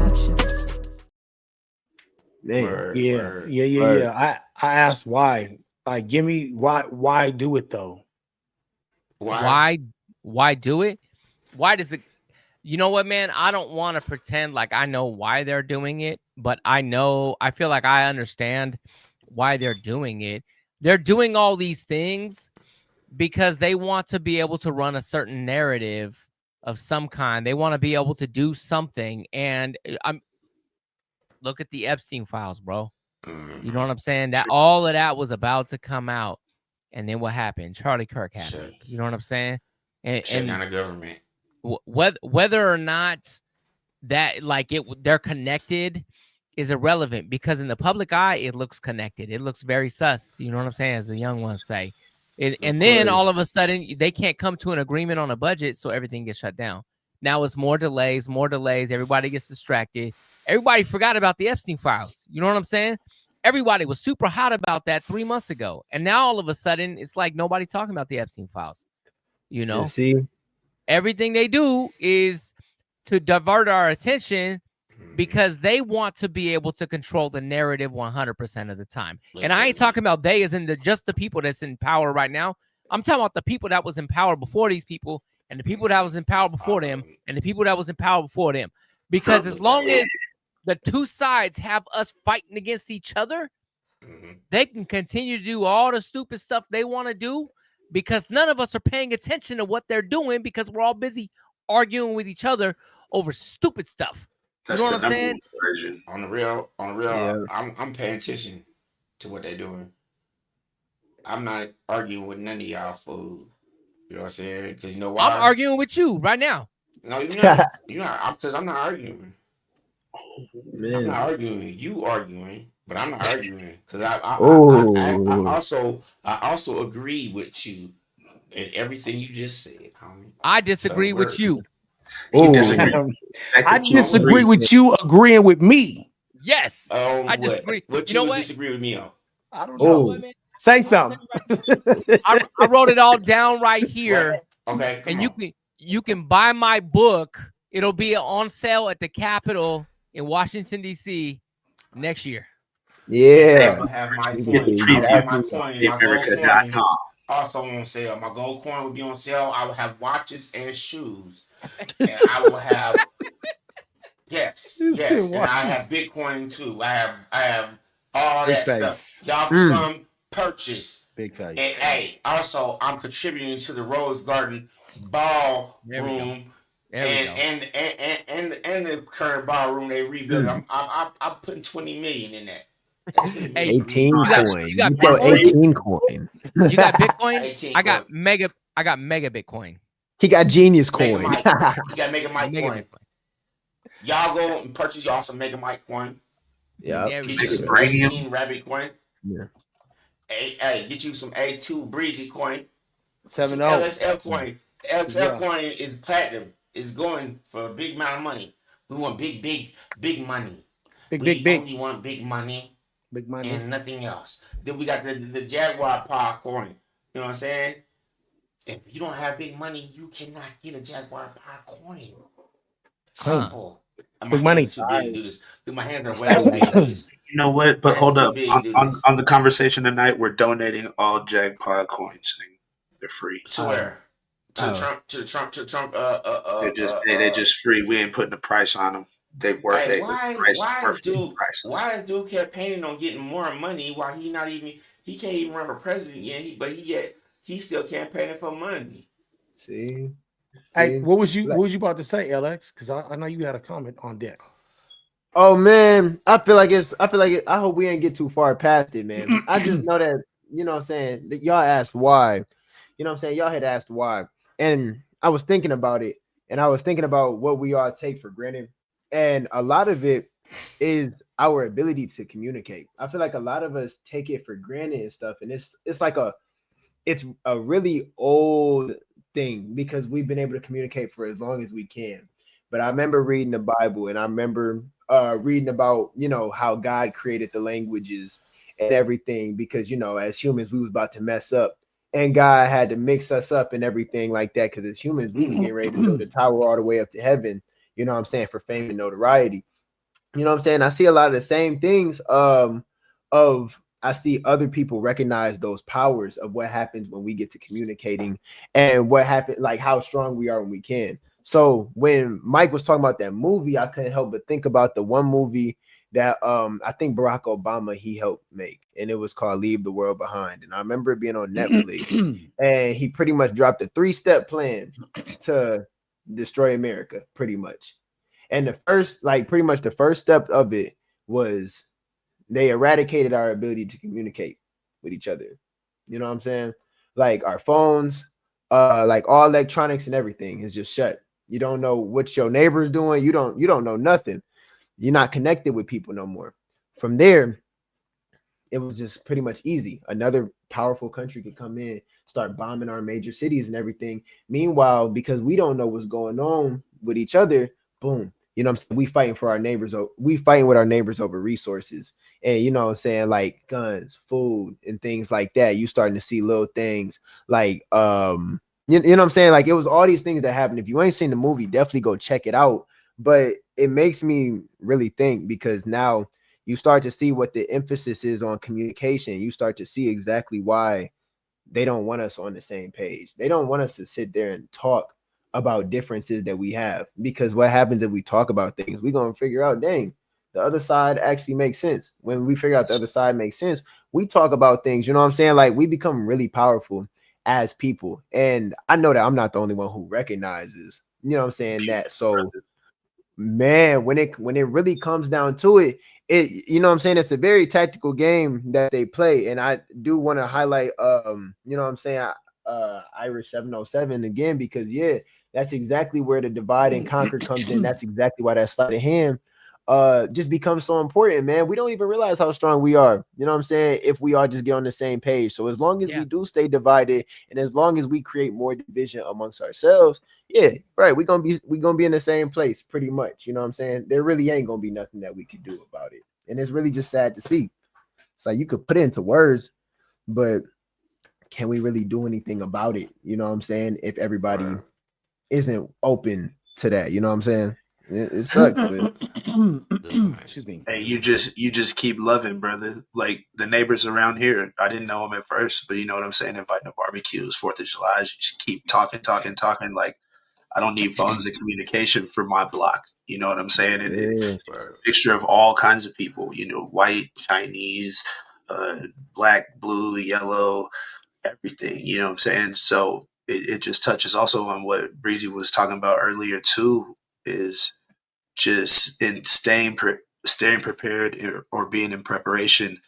Love your neighbor as you love yourself, and pretty much you gonna hit everything else. All other 9, you can't fail the other 9. If you love your other neighbor, you love thy neighbor as you love yourself. Exactly. So Amen. you made an interesting connection there, right? The story you're talking about is the story of Nimrod in the beginning, when he had gathered all the people to start building the Tower of Babel so they could reach the heavens, right? That is a reflection of Satan's attempt at dethroning God and becoming God, right? So Nimrod says, hey, we can become like God, which goes back to the Garden of Eden, right? When Satan tells Eve, like, no, did God really say you shouldn't eat that fruit? And he tells her, you won't die, but you'll be like God.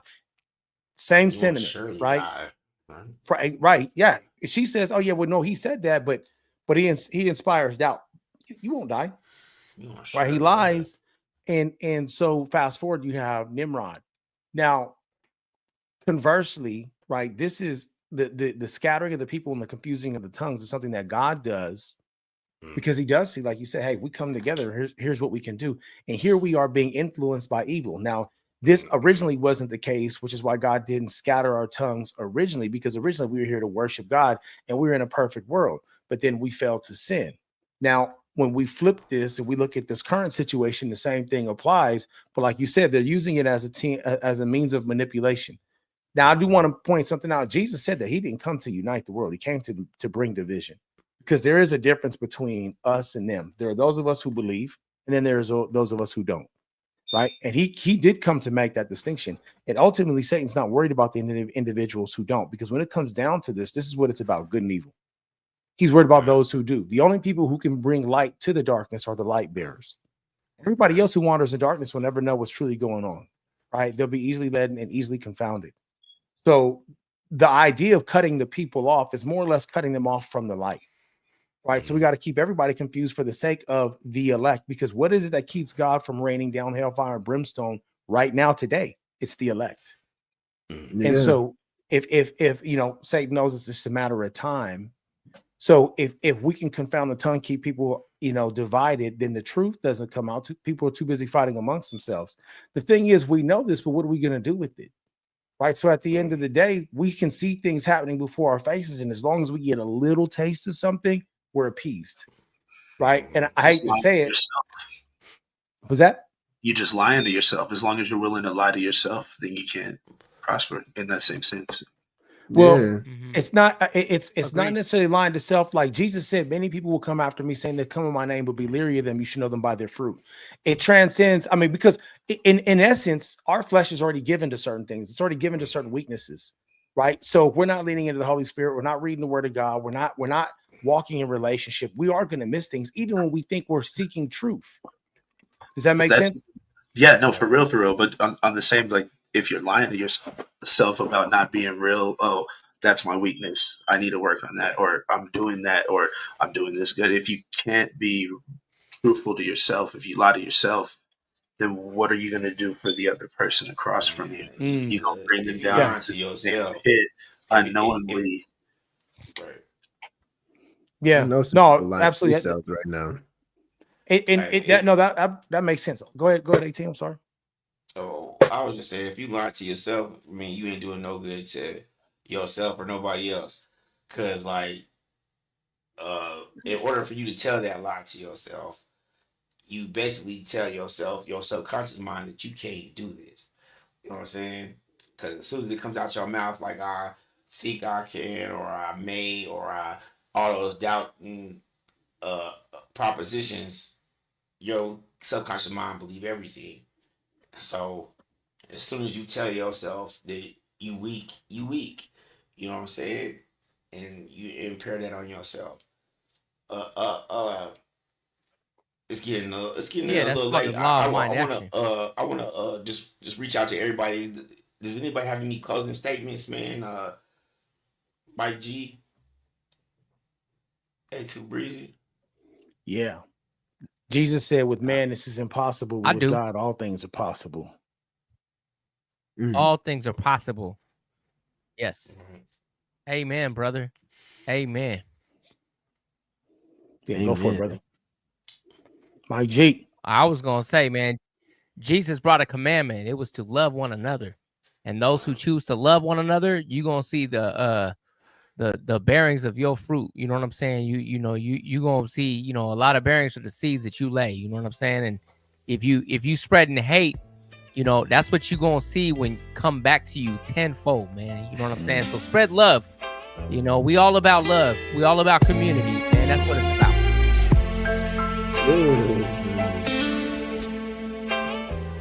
Hey, just like that.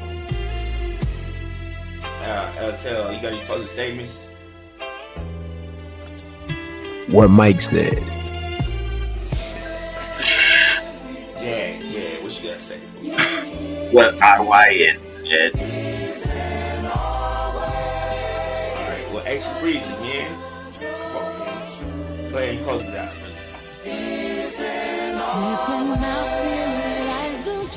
All thanks and praise be to the Most High God. Pray y'all brothers have a good evening. Sisters too. Love y'all. God willing, we'll see y'all next week. Thank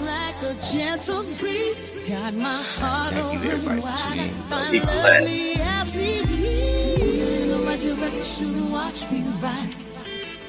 No more negativity, I've cut those ties. Shining bright like the stars in the night. Oh, I'm doing fine. Going back for more?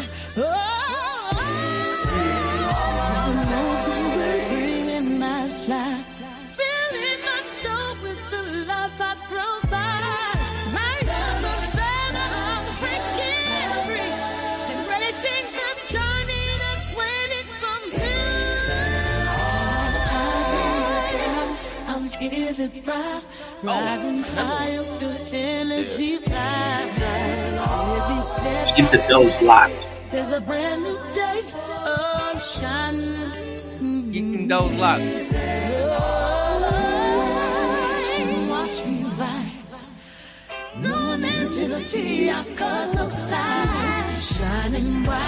Y'all ain't going nowhere.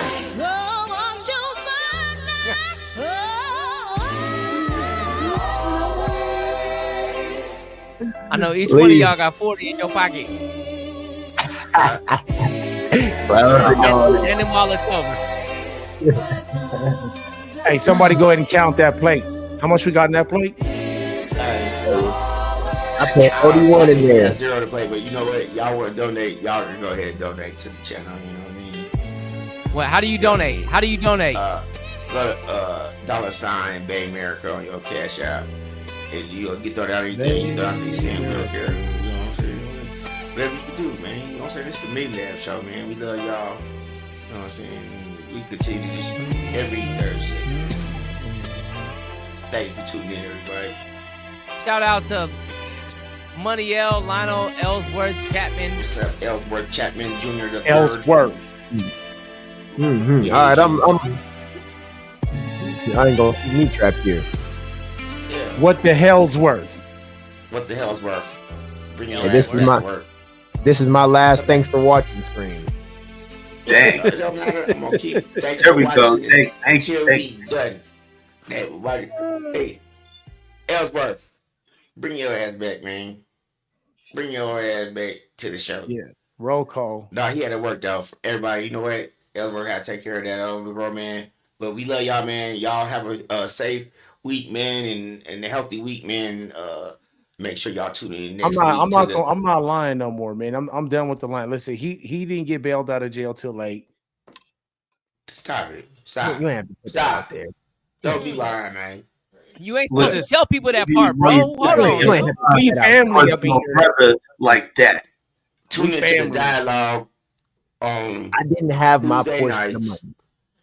It was a hard week. And don't forget to drop into the LXL Explosion on Wednesday nights. And every Thursday night, we right here at the MidiLab Show, dropping them straight bangers, man. Straight. Hey, tell them what they can catch on Tuesdays. What can they catch on Tuesdays? The dialogue. On Tuesdays, it's the dialogue, right? Yeah, that's Dialogue. for sure. That's Hey, dialogue. next Thursday we got to talk about that time in the holding cell. Right? Man, this is the MidiLab Show, man. We got the Bible study. We got the battle shows. We got the straight up main events, man. What's up, everybody? Welcome to the MidiLab Show. Y'all sound good tonight. We got beats, we got drama, we got everything. Let's get it. The MidiLab Show.